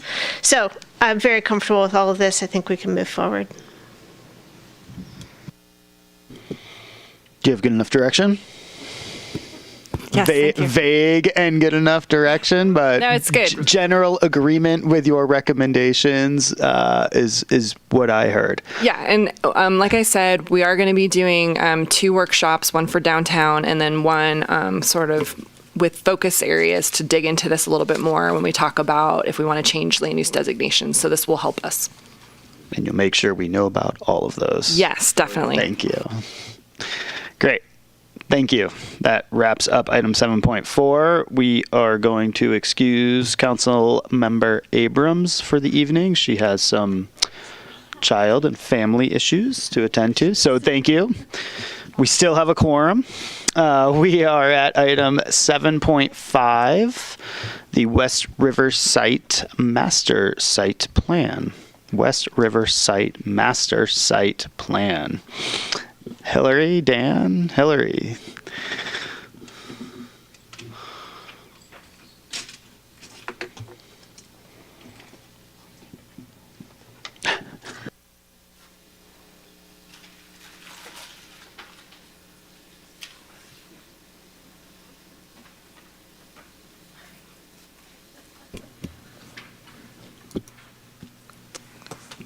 Thank you for coming up, Aaron.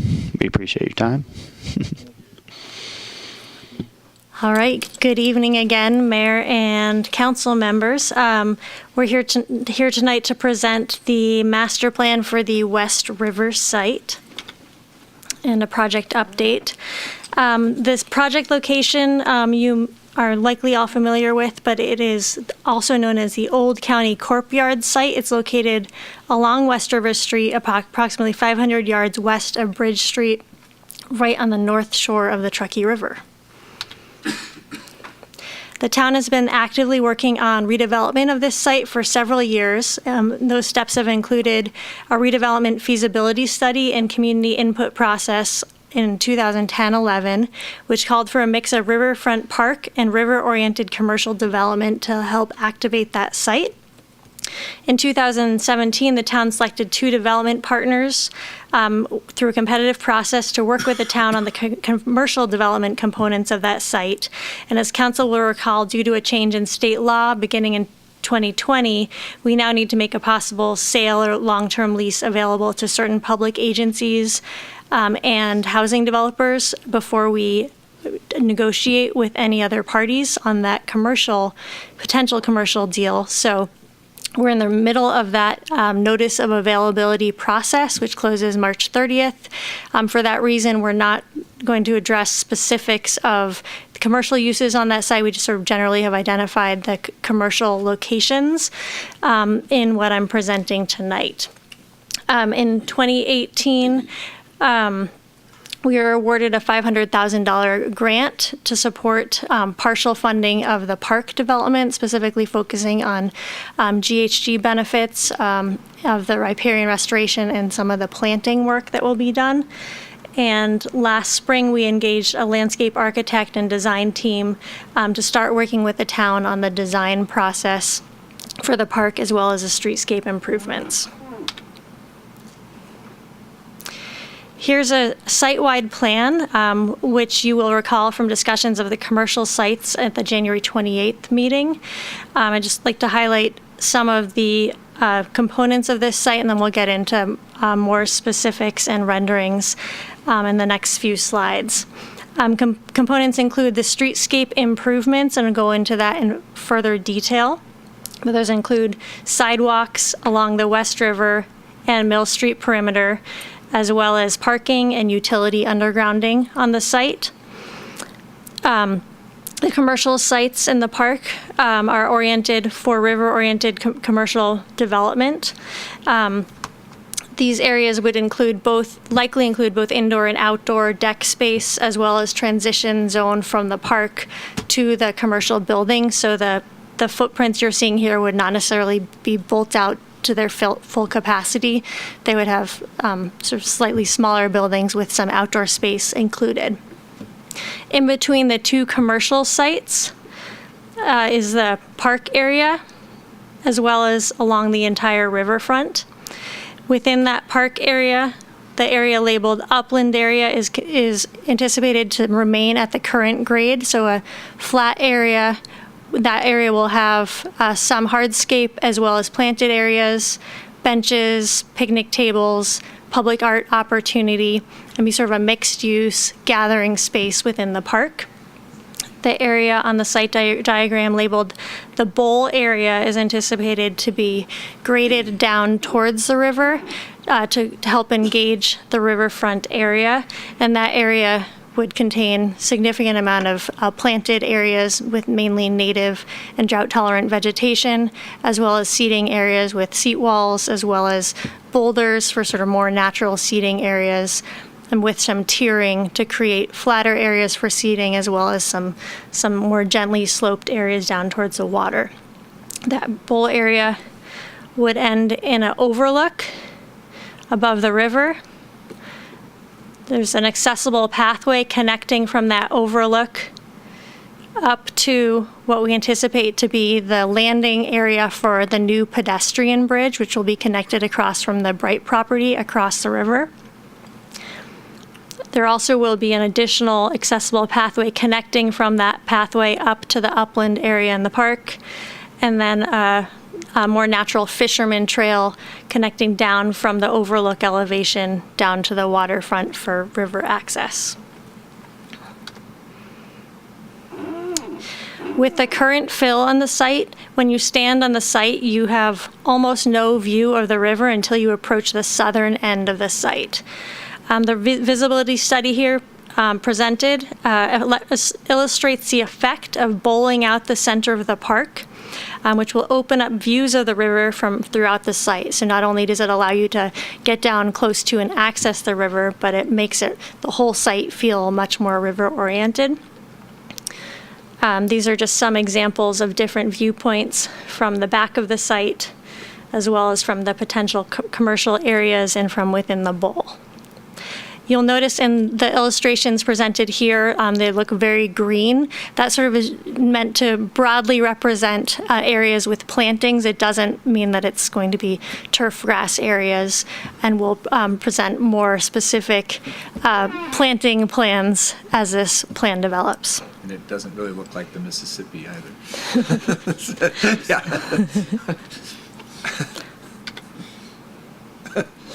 There it is. Here's a potential view from the west, looking to the east at the river.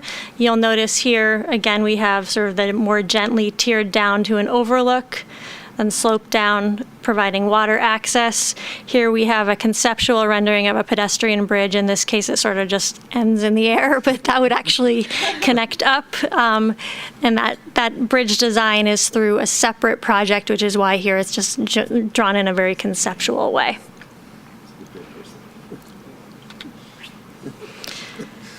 And here's one more sketch just showing the different elevations and the components that would likely be included.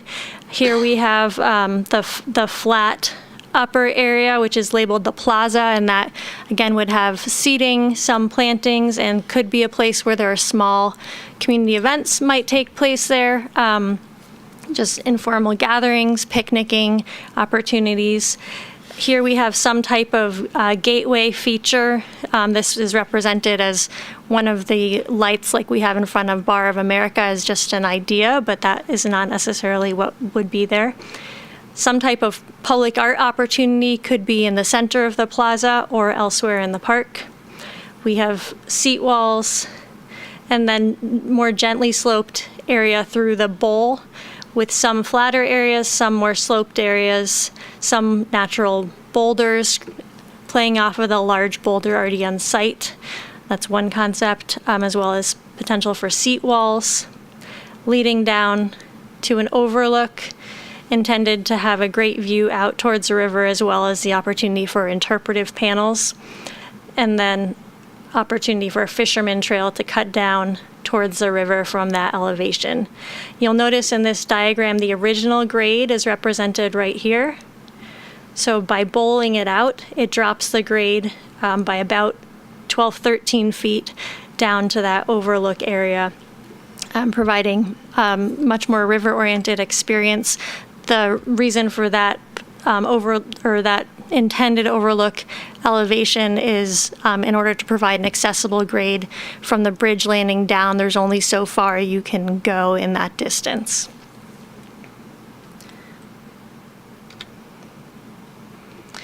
Now onto the streetscape design.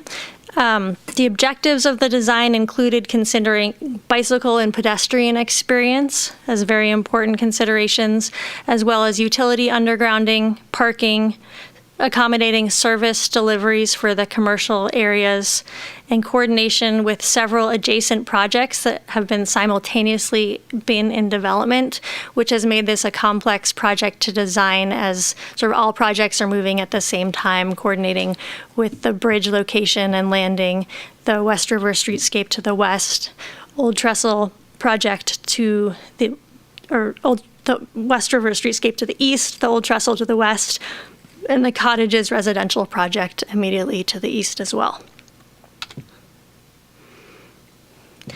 Taking these factors into consideration, our team came up with two different streetscape designs. The one represented here is what staff and the design team is recommending. Key features of this design include extra wide sidewalks along the frontage. Those are 16-foot wide sidewalks. And then connecting those sidewalks along Mill Street, ending is this not working? It's just not showing I'm up. sorry. There I you have go. my mouse in the wrong spot. There you go. There we go. Okay, let me try that again. These are pretty, yeah, cool. So 16-foot wide sidewalks along the West River frontage, as well as along Mill Street, ending in a wider plaza area, and that's widened to accommodate a bridge landing that would be landing right about here for both bicycle and pedestrian traffic. Again, that would connect up with the riverfront pathway to connect into the park, as well as around taking the sidewalk or the road. In this design, we also have parking along the frontage on the south side of the river, as well as along Mill Street. The preferred alternative here has angled parking, and that maximizes the parking available. And then using parallel parking in front of the two commercial areas here on the east side of the park, as well as a parallel zone in front of the old trestle private development project.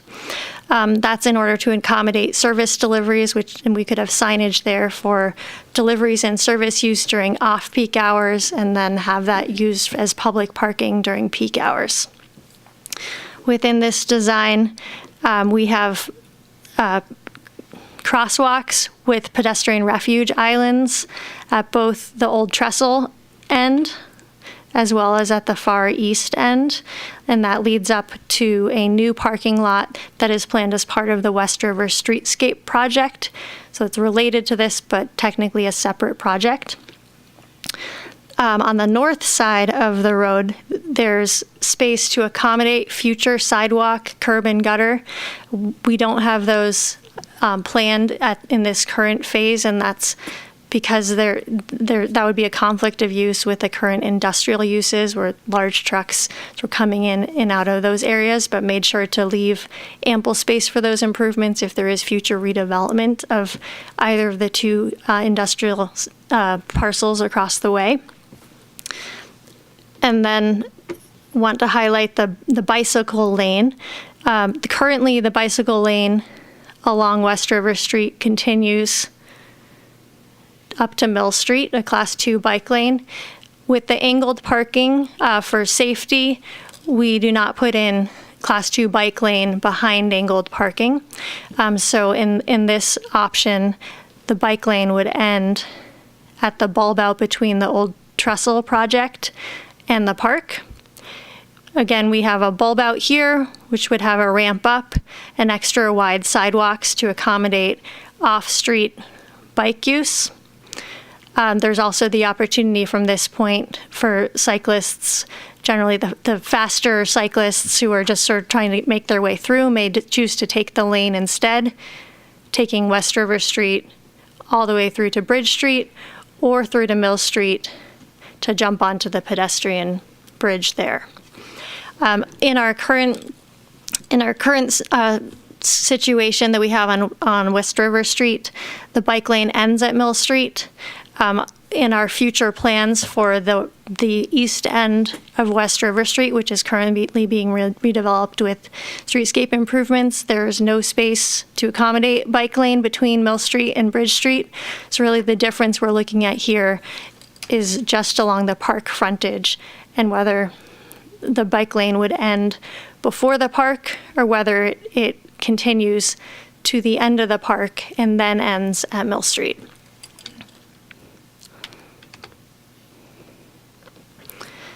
This is an alternative design that our team looked at, which is similar in most features here. The main differences are that parking is all parallel.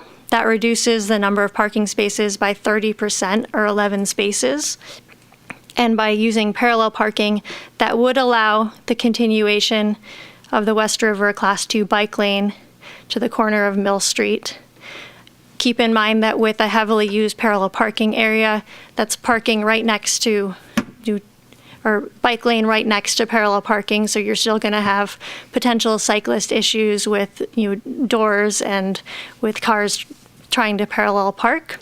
So we still do have the opportunity for cyclists to jump off of the street where that parallel parking is and onto the extra wide sidewalk to make their way around the park or through the park.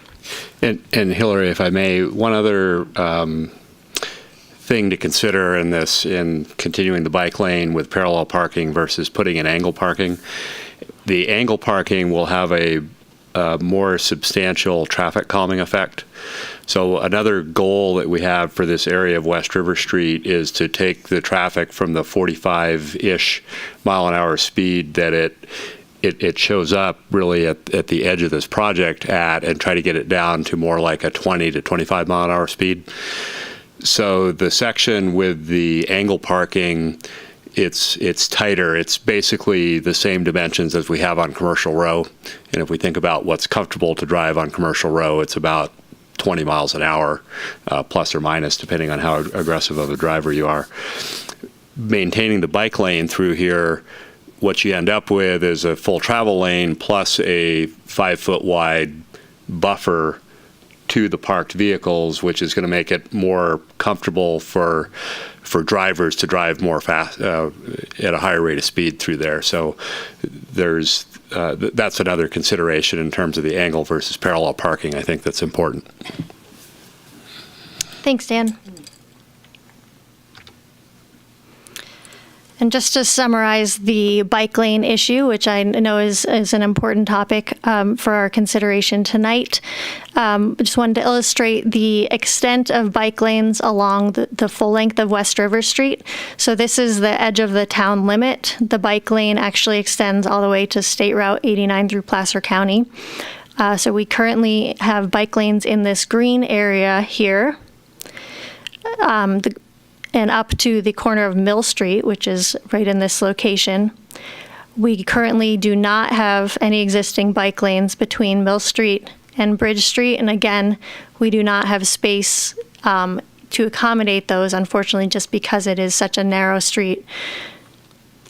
So what we are looking at, if we adopt the angled parking option, is this section here, a 379-foot difference in extending or keeping the current bike lane location or shortening it before the park. Let me jump back actually to the recommended design because I wanted to go over sort of the path of travel that cyclists and pedestrians would use if using this area. So again, cyclists coming from the west could take the bike lane. They could jump off the bike lane here onto the sidewalk if they preferred in front of Old Trestle. This is a narrower sidewalk in front of that business, so they could continue on to the large bulb out just past Old Trestle and onward around the sidewalk to the bridge landing or into the park. If they're continuing towards Bridge Street, they could utilize the park and then jump off of the sidewalk to take the lane, or utilize the lane all the way through that area.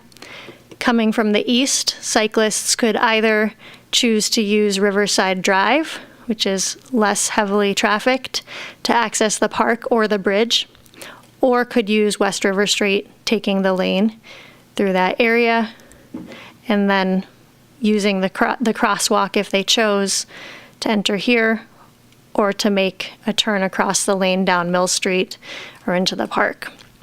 Coming from the pedestrian bridge, they would be coming off the bridge into a wide landing area and have the option of using Mill Street if they chose, or jumping onto the wide sidewalk to make their way around the park.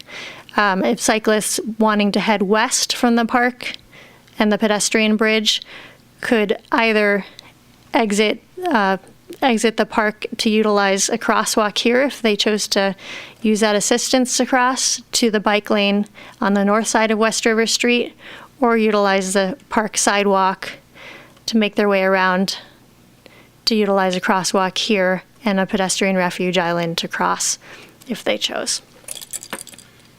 And then just one other comment on the, bikes on the sidewalk. So it's legal for bikes to use the sidewalk. So the California Vehicle Code basically says it's legal for bikes to ride on the sidewalk unless local ordinance prohibits it. Truckee does not have local ordinance that prohibits use of the sidewalk. Another thing about this as a shared use area between cyclists and pedestrians, the level of pedestrian activity here is most likely going to be an order of magnitude less than it is on Commercial Row. If you think about the land use at this area, it's on the upper end, 20,000 square feet of combination of retail, of commercial that'll probably be mostly restaurant. And if you compare that to the 250,000 square feet of commercial on Commercial Row, that's going to give a reasonable indication of the level of pedestrian activity that will be occurring there. So this area is also the end of the line in terms of the commercial district. So the notion of mixing cyclists and pedestrians in this area, we don't believe is going to lead to significant conflicts, just because we don't think the volume of activity is going to be such that folks are going to be running into each other and having significant conflict there.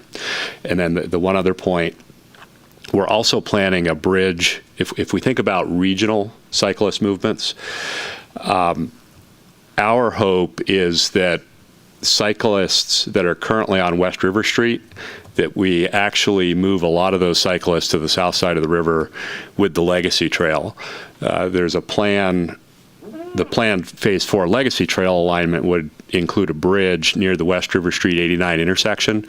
So cyclists that currently are trying to go from Highway 89, let's say, to the regional park, that area, their only route is currently to use West River Street and then head up Brockway Road. In the future, they would have a bridge across the river and a separate Class 1 trail on the south side of the river. So it provides other options that we hope will actually reduce bicycle traffic on West River, because there's a more attractive alternative on the south side of the river. Thanks, Dan. So I wanted to go over the proposed phasing plan for this work. I know there were some council questions about that.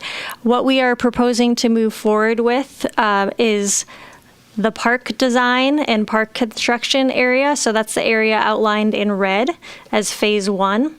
And that's partly because we do have the grant funding for that area and want to use that funding while we can before it expires.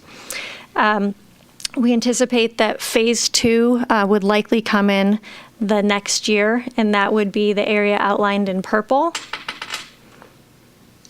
The area outlined in green could happen at the same time as the Phase 2 purple area, and that just needs to be coordinated with the bridge landing. We don't want to put in a lovely plaza and streetscape improvements there and then have heavy bridge construction equipment tear it up soon thereafter. So we're going to keep coordinated on the timing there and make sure that that makes sense, how we approach that section.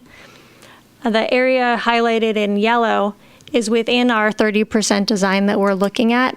We anticipate that that area, our staff is recommending that that area would require some developer participation if we move forward with 100% design and construction of that area. We included that in the initial design to make sure that the streetscape in this whole section was coordinated and thought through together. But that is a private development area. And then finally, the areas highlighted in blue are the commercial development areas. And those pieces we are actively working on. The timing is dependent on many factors, including sort of commercial developer timelines and funding. So I wanted to highlight a couple topics for council consideration tonight. The first is, does council approve the recommended option A streetscape layout or do you have feedback you'd like to provide on that area? Second, does council approve the phasing plan with the park and riparian areas as phase 1 in advance of the streetscape and commercial phases? And again, provide an opportunity for any comments or feedback you may have on the initial design that we have, as well as the phasing. And with that, our recommendation is for council to approve the West River site master plan, site plan, and direct staff to move forward with the phase 1 park design. If council does so, our next step would be a budget amendment at the next council meeting to get the complete park area permitting and design work lined up. And then there will be community input opportunities coming up, including an upcoming downtown specific plan workshop at the end of March, where this will be one of the projects highlighted at that workshop. I just had 2 fast details. One, it'd be that you will see this again, whatever you do tonight, in terms of a bunch of park details. We don't have those for you. There's a whole bunch of details that are kind of cool and fun and interesting, but we don't have them, and so you'll have that opportunity. We don't need those tonight. And then similarly, when the commercial properties are ready to move forward, you'll be looking at those presumably independently, I suspect, but possibly together, but a whole bunch of details there in terms of what they look like and how they sit on the site and how the transition goes and all of that. And so those pieces will be coming back to you. This really, the timing here is really necessary to give us the ability to make sure we can get that park moving and hang on to the $500,000 and use it wisely. Anybody else? Come on, Wilkins. You done? You got nothing?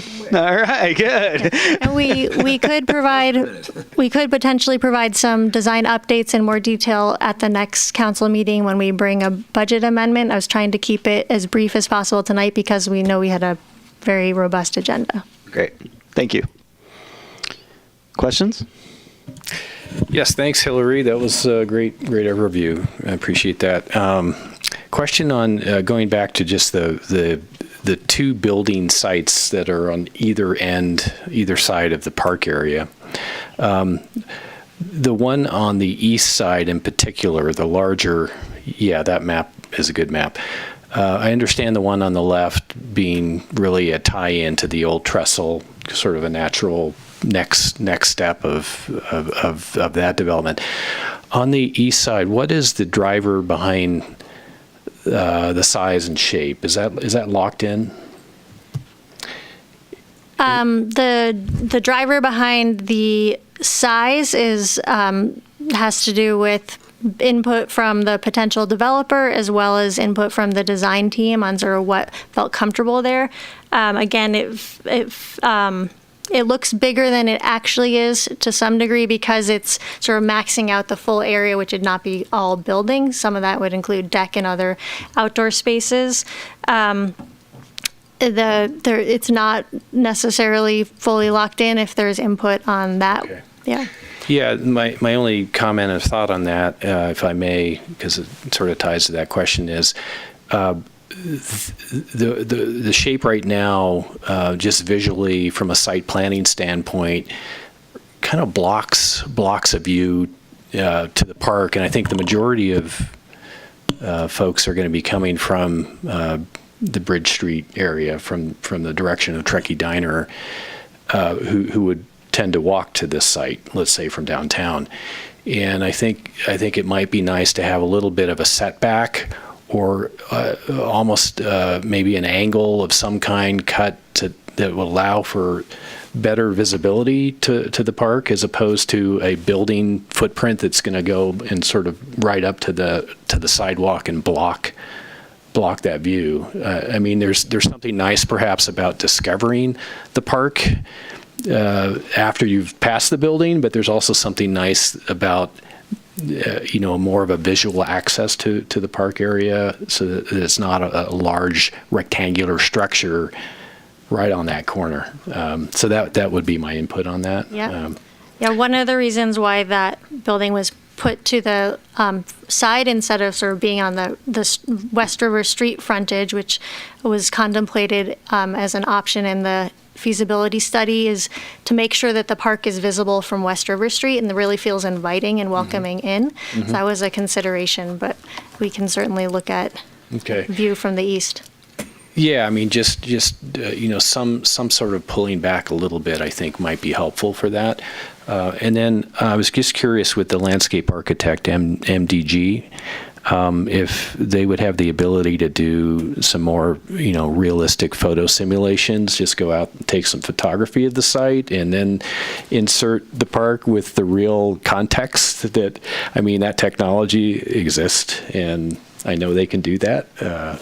So your comment about this is not the Mississippi River, we knew that, but I think that capability is there, and it really isn't that difficult today with the technology. So, yeah, that was it for now.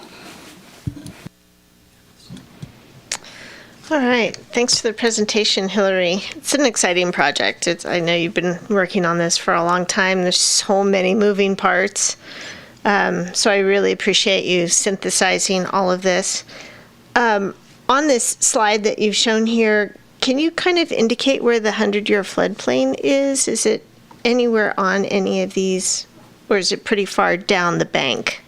We're doing a LOMA to adjust where it is currently mapped, but the red line here is the 100-year floodplain. What's a LOMA? Oh, it's a FEMA process of making a correction to the map. Okay. Right now, FEMA, for some reason, has it sort of drawn up about here. Oh, and maybe that's perhaps before all the infill. I think so. Okay. And then do we have the standard 75-foot setback from that 100-year floodplain that's going to accommodate or be required here? I believe this parcel's in the downtown specific plan area, which would then make it a 1-foot vertical setback, which is a very, very flexible standard. Okay, great. And would there be any benefit to having the bridge come into the park rather than be on Mill Street? Has anybody looked at that, considered that? We have looked at that and considered that with the design team working with the land trust.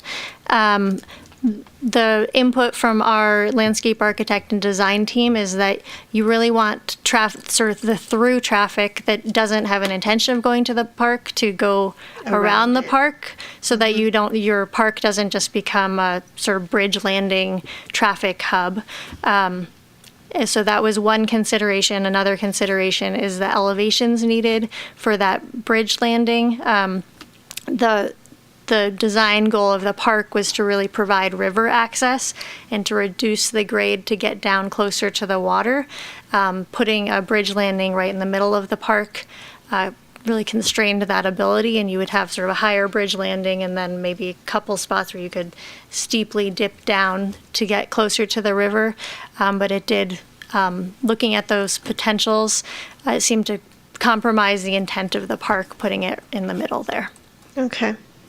And thanks for the notes that we'll be seeing this again. And I assume, one of my earlier questions in writing to staff was about opportunities to reduce scope. And it says, yeah, you guys are looking at that. So those kind of alternatives will be presented in those future updates. Yes, we can provide some design alternatives, types of furnishings and finishes that will help reduce scope, reduce cost. And because right now we're kind of earmarking about $3.5 million for this, correct? Yes, in the current budget, and we'll have a budget update coming to you this spring. Yes, thank you.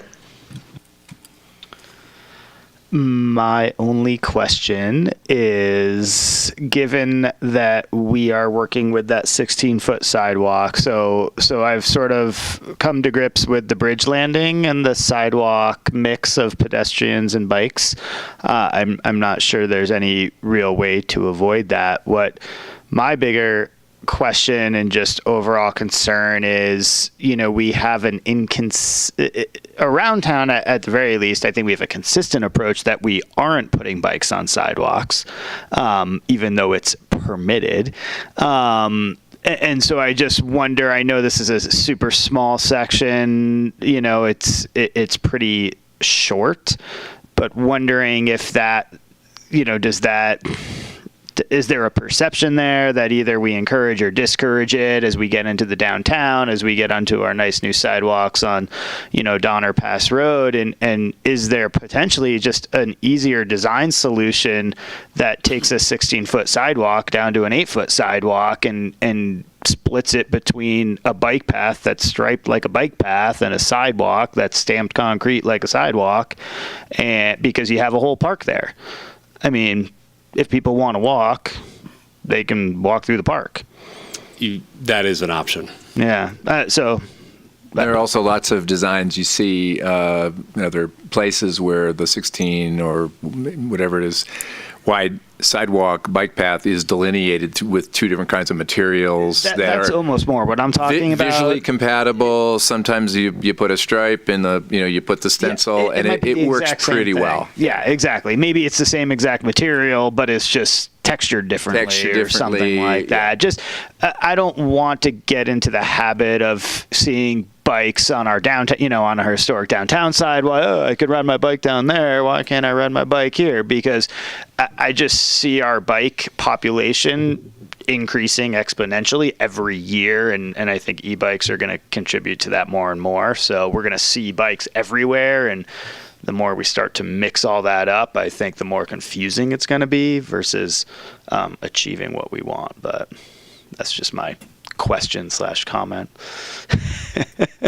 Yeah, and so at this location, as Hillary discussed earlier, it gets into a question of, are we trying to actively encourage cyclists to hop off and use the sidewalk, or are we doing some fairly simple things with, you know, putting a curb ramp in there to make it more convenient for them to do that without having to jump over a curb?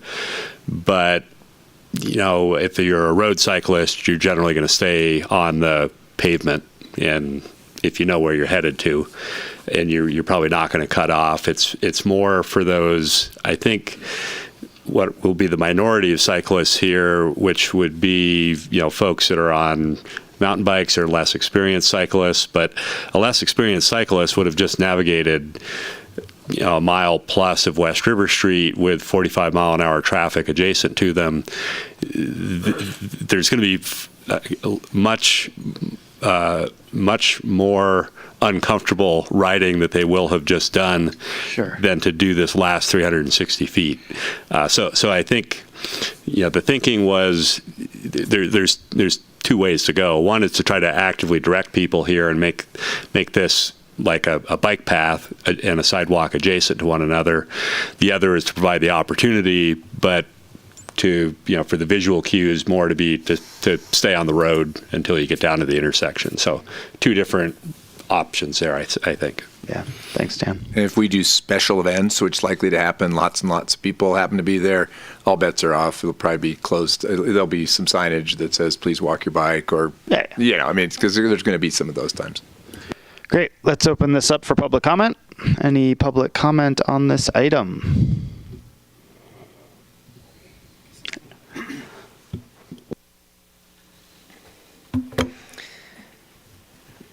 Mayor and honorable council members, Jan Holland for the record. I'm a Truckee Trails board member, Truckee River Legacy Foundation board member, but these perspectives, however, are my own, although I'm wearing my alternative transportation representative hat as a GPAC member.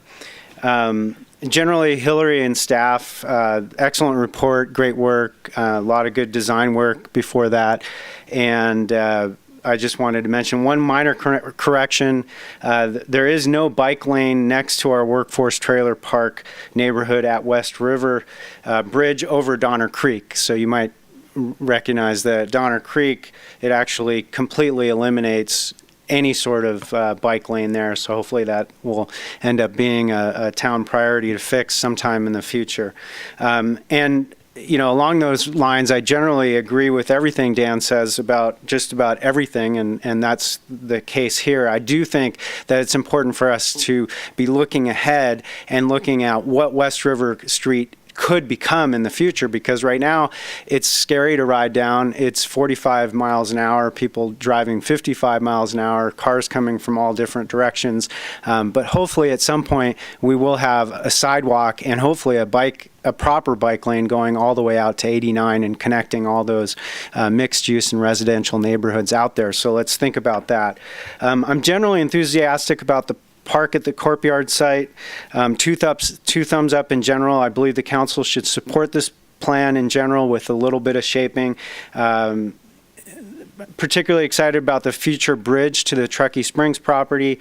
Support the location of the bridge where it is. I have looked at some of these other alternatives, and I think that it makes the most sense to connect it to the Mill Street.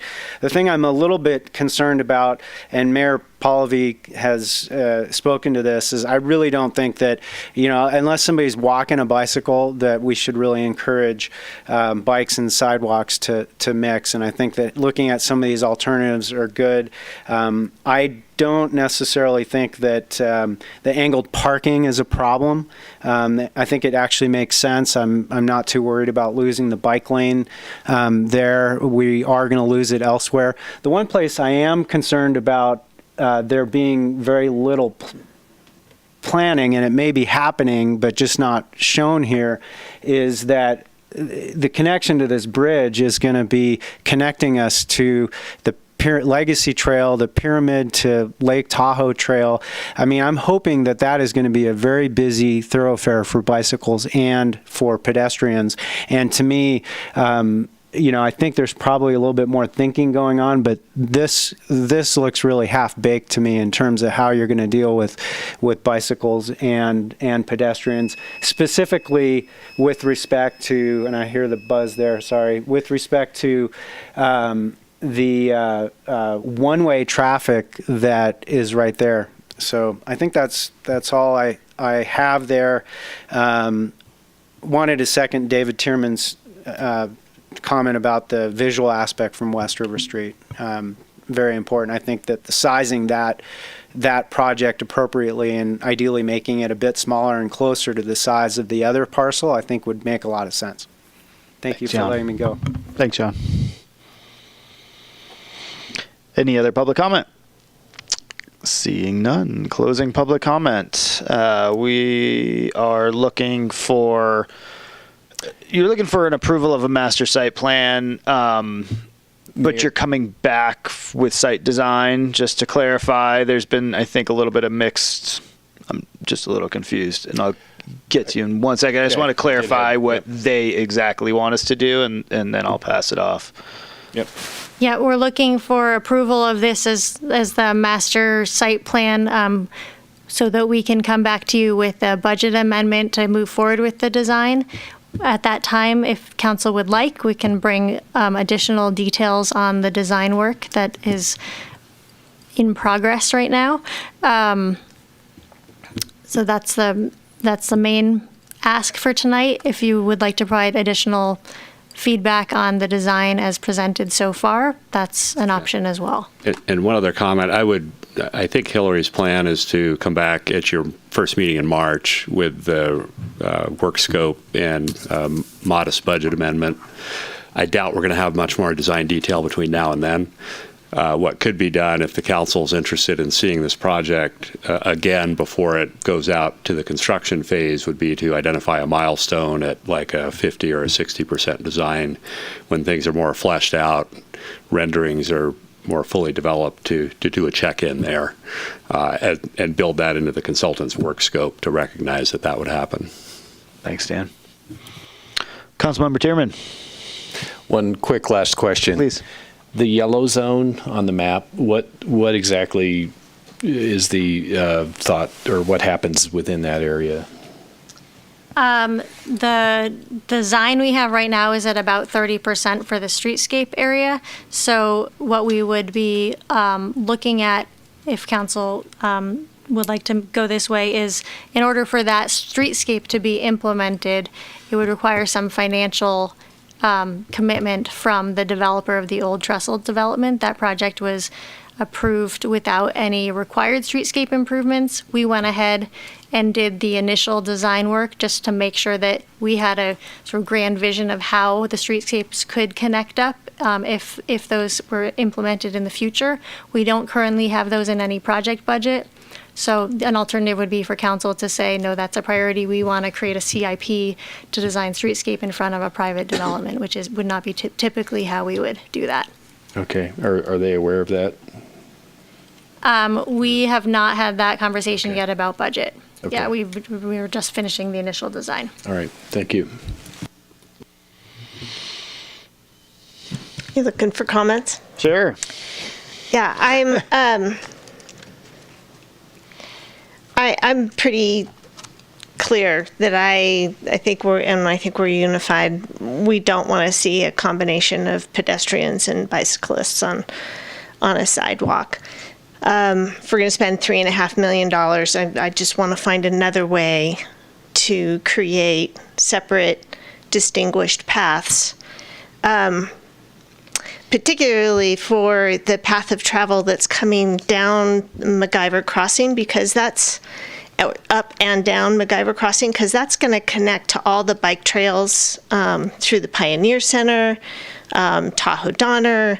You know, it connects large neighborhoods to the Legacy Trail. That's going to be how they're going to access it. So I think the travel needs to be really clear and separate for cyclists and pedestrians. And this is going to be a really interesting new test for our community, because it really is going to be the coalition, the coming together of pedestrians of all different levels. You know, we're going to have joggers coming off of the bridge from the Legacy Trail, meeting with people in strollers, and we're going to have fast-paced road cyclists. We're going to have mountain bikers. We're going to have mountain bikers with full gear on coming down from 06 Road and Sawtooth. So we got to really think this through and make sure that we have a way to have that all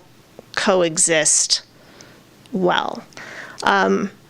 So I know you guys could figure this out, but yeah, we need to develop that detail, I think, keeping all of that complexity in mind, on top of the complexity of the varying uses with residential and park use and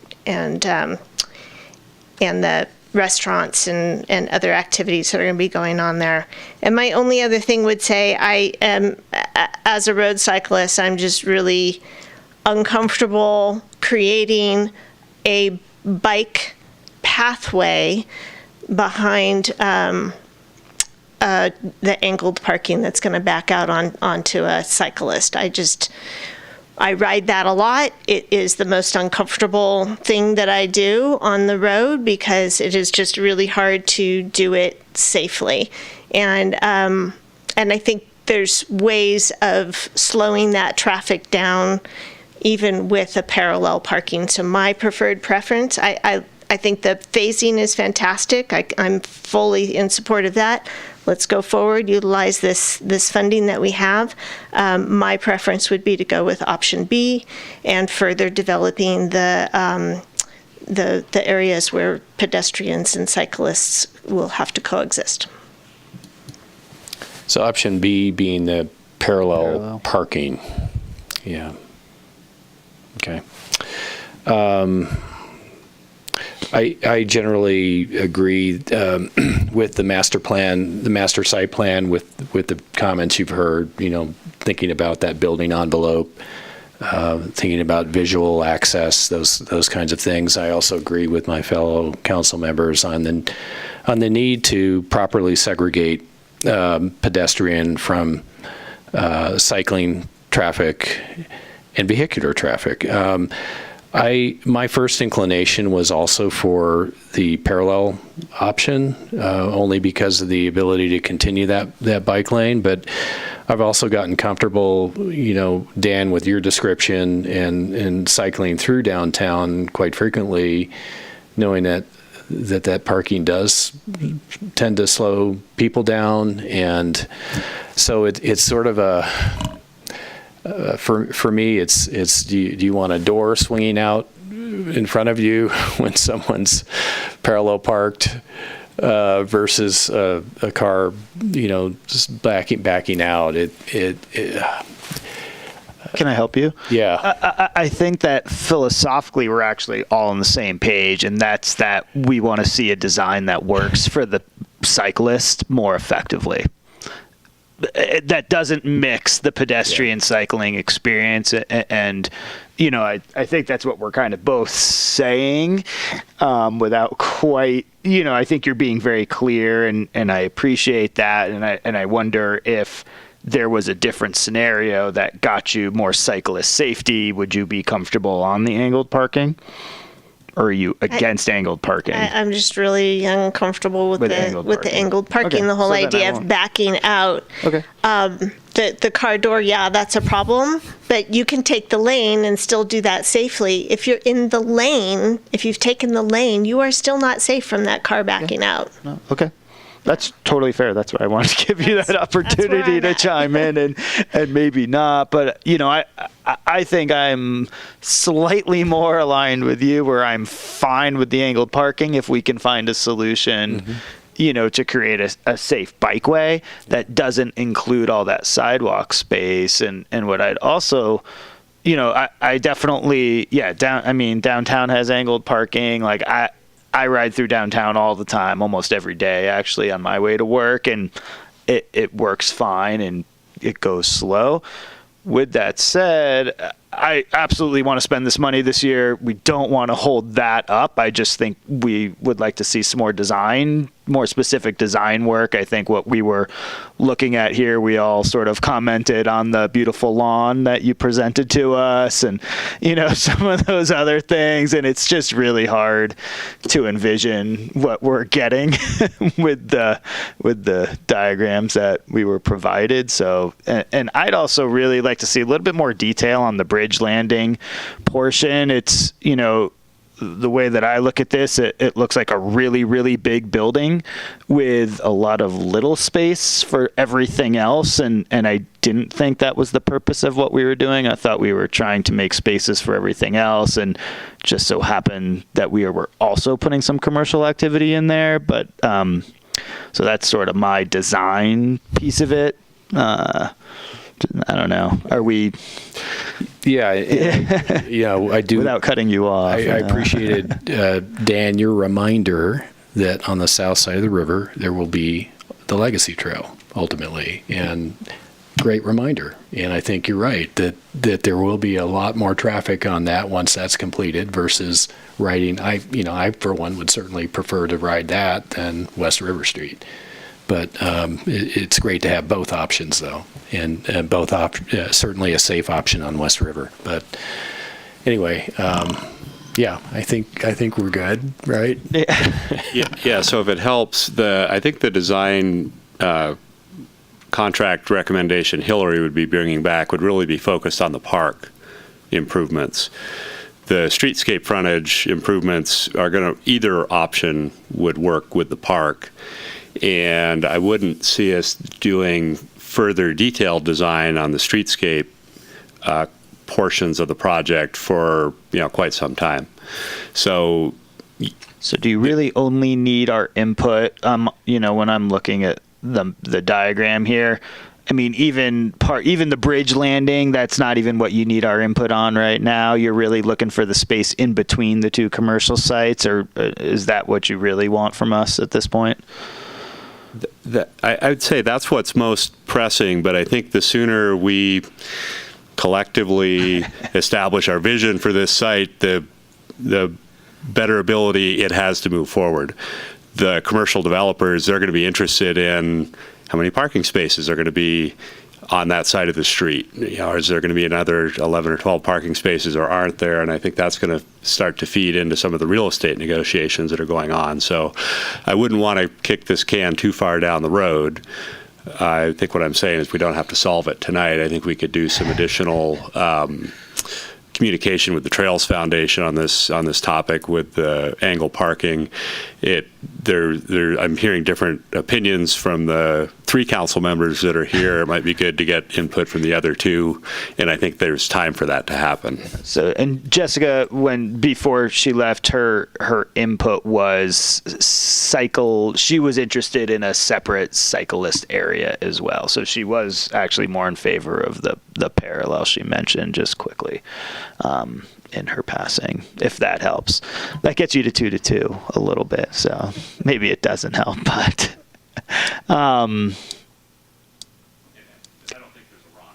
so we would like I think what you articulated earlier, coming back with the 60% design is basically what you're hearing, along with I don't think we have consensus on the parking style. Yeah, I think 60% is pretty far along to not have decided or given them clear direction on the parking. So I think I'll try to articulate this a little better. So I think staff's goal is to come back to the council at the March 10th meeting with a design contract for the park portion, not the street improvements. We could potentially get resolution on the street improvements at that meeting, or that could potentially happen even after that March 10th meeting. What I was suggesting with the 60% design is if you authorize the park design at the March 10th meeting and you want to see the details of the park, rather than just take that design contract all the way through to bid documents and going out to bid, and the first time you see the park is after it's been constructed, we could have an intermediate step to come to you with the park design details. That was that 60% design I was referring to, not for the street frontage improvements. Okay, that makes sense. Right. So award a contract in March, come back to you in late April or early May with a design update, and then move on into a construction phase from there. Yeah, sounds good. And somewhere along the way we'll settle the angle versus parallel parking. And you'll give us a few more options, maybe. Yeah. No, probably not. Yeah, great. Is everybody comfortable with that? Mm-hmm. Yeah, great. Since you seem to have picked that one up the best, how about a motion from Vice Mayor Cliff? Oh, are you looking for a motion, Hillary? I believe so. They need us to approve the master site plan and move forward with park design. Right? So I think our suggestion, given the difference of opinion on the street frontage improvement, would be that you direct us to move forward with the phase 1 park design and to come back to you with the street frontage component. With the master site plan. Come back to us for the master site. Yeah, that would really be focused on the decision of angle versus parallel parking. Okay, so the motion would be to move forward with the phase 1 park design and bring back streetscape at a later date. I'll second that. And all in favor? Aye. Aye. Any opposed? No. That motion passes. Thank you. So we have 2 more items left. They've told us 30 minutes. Do you want to take 5 minutes? Does anybody need the bathroom? Can you power through? You got to go? Okay, 5 minutes. 5 minutes. Literally this time, 5 minutes.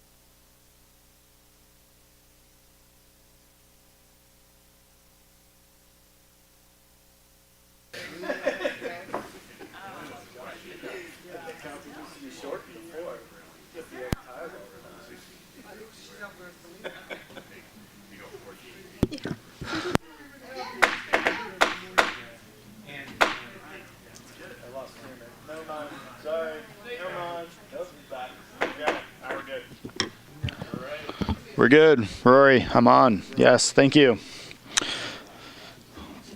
Where are we? 7.6. Turning the page. 7.6, public hearing for discussion of possible state community development block grant applications. Danielle. I did not do a PowerPoint because that's all it is. You just have to open a public hearing, solicit public input, which there's nobody here, regarding activities for the town's possible CDBG application. So, just a little bit of the next step. If we don't get any public comment, that's okay. We'll have a second hearing, and that's the one where we would bring back to you any proposals for council to take action on. So this is really just a formality. Questions? Can we just move? I just have a really quick question. Is this? We have to open public comment. Is this just for house? Is this for housing primarily? Yeah. Yeah. Thank you. That was my question. Opening public comment. Seeing none. Well, opening public comment. No. Seeing none. Closing public comment. And yeah, you can now make a motion. You can move. What is the motion? The motion is that you are opening the public hearing. And soliciting input. Open public hearing, solicit input for our community development block grant application. I'll second that motion. All in favor? Aye. Aye. Motion passes. 7.7. Andy, take it away. It's our third shot at this. I thought I had another 15 seconds. So I have a mouthful of trail mix. This is our latest effort to bring the ledge platform to you. The background on this, of course, is that the council asked that we have a slightly more systematic approach for weighing in on legislation that could affect the town or could affect things that the town cares about. So this iteration of it sketches out 5 kind of guiding principles. There used to be 4, and Shauna suggested that we had a housing-related one, so we did. And then those 5 areas or 5 guiding principles reflect in the 13 policy areas, which are listed here. I think you've all had a chance to review it. Councilmember Klofstad had some questions today. I don't know if you'd like to weigh in on those things that you asked about or those suggestions you had, the specific ones. But the basic idea is we'd like to, as staff, to have some sort of roadmap reflecting what the council thinks the town should or should not be supporting or should be opposing. And if we find something that falls within the legislative platform, we can talk to the legislative committee about it. Or if it's something that isn't quite in there, we can bring it back to the full council. But I do want you to know that we've been kicking this around a little bit, that we would never just kind of unilaterally as staff try to take action if we thought that that the council would have strong feelings about something that might be split up on the dais, or if it might be a concern to a specific council member. We do want to streamline the process, but we also don't want to deprive any of you of your chance to weigh in on things. So if there's something that we think is broadly within the policy, but that we know one council member might have concerns about, we're not going to err on the side of being swashbuckling and just doing stuff. We're going to bring it back to you because we think that's what you would want us to do. So if anyone has any questions about what's in here, we'd be happy to talk about that. If you want to propose edits, great, we can do that. If you want to talk about it as it is, do that. Whatever you'd like to do. Thanks, Andy. Any questions? No. No, Andy answered all my questions. We could open it up to public comment. Thank you. You're just ready to take over. You got to keep doing that. Opening up to public comment and seeing none. Closing public comment. Moving right along. Thank you for bringing this back. I know it's our third go at this. We've been talking about it for a while. It would feel nice to not have it hanging over our agendized heads moving forward, should we so agree. So I'm glad we're doing this. I am too. And I think one unexpected outcome of this is that Jeff shared it with Nevada County, which is great. And Nevada County staff has said, hey, that's a great idea. And this kind of dovetails with a lot of our priorities. And can we meet and talk and see how we can kind of harmonize our legislative objectives? So even this platform that you haven't adopted yet is already maybe starting to help build some bridges with the county, which is always a good thing. Great. It's good. I think it's great, Andy. Nice work, and I think having this kind of reminds me of the BAE report, putting a frame around what we're doing and how we react to legislative issues that come up. And I think being organized like this is a really good thing. And so I appreciate all the hard work and appreciate what you were saying about not being swashbuckling. Appreciate that as well. So it's great that we're going to have an opportunity to collaborate on this and have it done in a manner that is as organized as this is. Is that a motion? No, I have some. I'm sorry. Sorry. Jeez. We're just ready to move us along. Go ahead. I was waiting for my chance to. They're not questions because he already answered them. Go. Yeah. No, this is great. I'm glad to hear that feedback from the county because that conversation started at the mayor's and manager's breakfast, right? And that's going to be great. However, we can leverage our combined goals is going to further both of us. And I think I had a lot of things that I didn't quite understand about this because a lot of it was things that I hadn't even thought of that we would want to consider. So kudos to staff for coming up with so many great specifics about things that we want to support or discourage. And so one of the things that the current written platform says is that we would want to oppose art and library funding reductions. And I just said, well, and that probably conversely also says we would want to support increase in funding for it. So Andy picked that up already. And then I asked, what about transportation or things that support specifically rail service through our region? And so that was one thing that I wanted to bring up to my other council members to consider. I'm just particularly focused on wanting to try to get people out of their cars on Highway 80.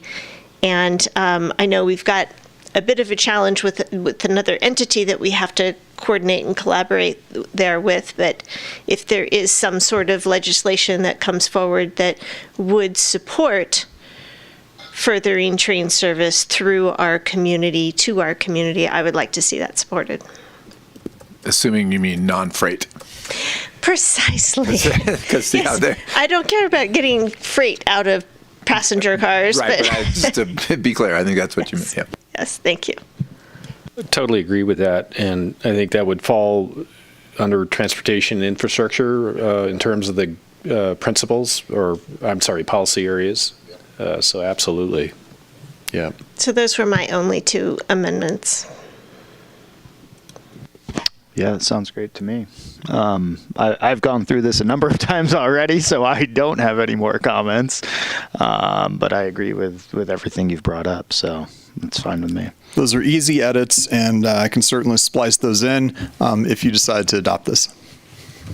Great. I think we've decided to adopt this. Do we need a motion? We do. Please.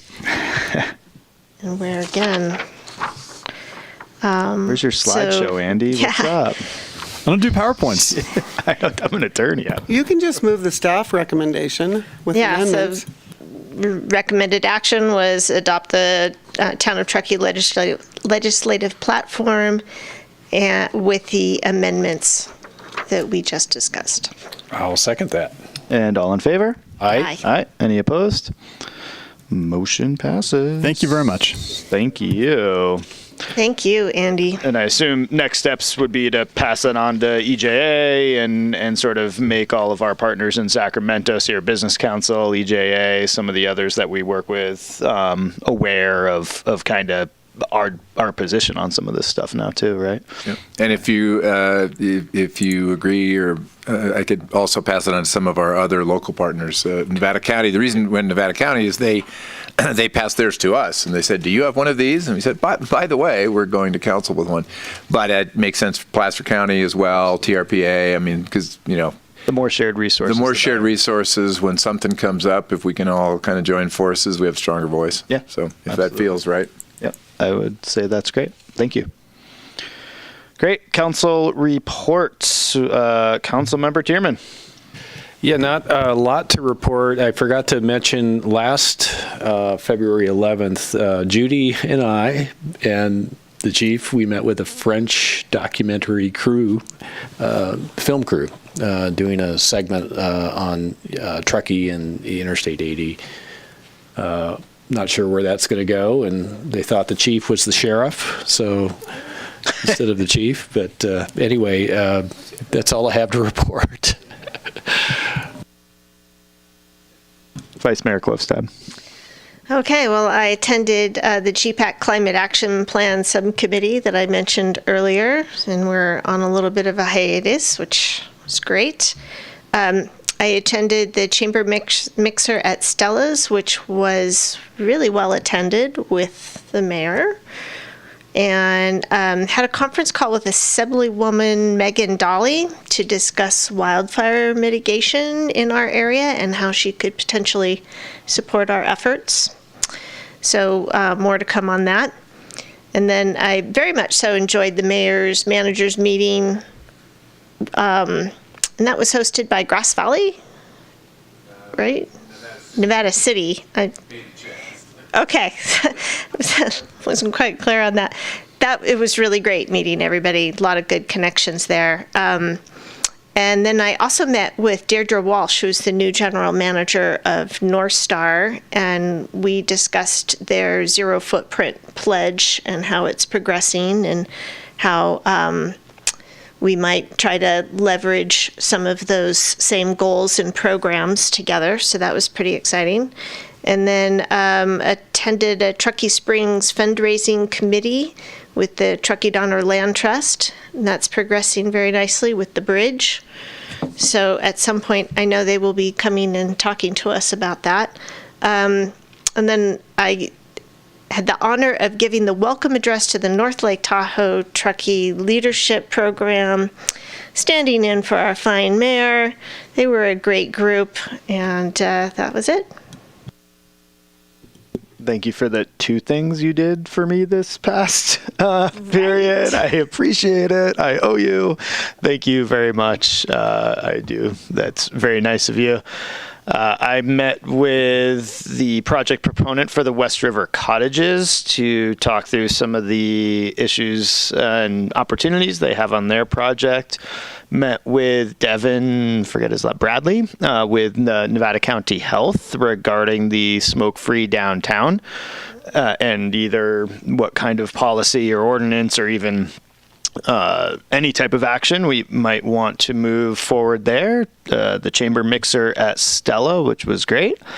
And I met with the board director and the tournament director for the Barracuda Golf Championships, which are coming over July 4th for the next, I think they have 3 years or 4 years. They have a 3 or 4 year contract out at Old Greenwood, which is going to be a really interesting event. And it's going to be really interesting to see how they interact within our community and what they choose to pick up on, both sustainability-wise and transportation-wise and all sorts of other things. And did they submit their special event permits yet? I'm not sure, but they're working on that.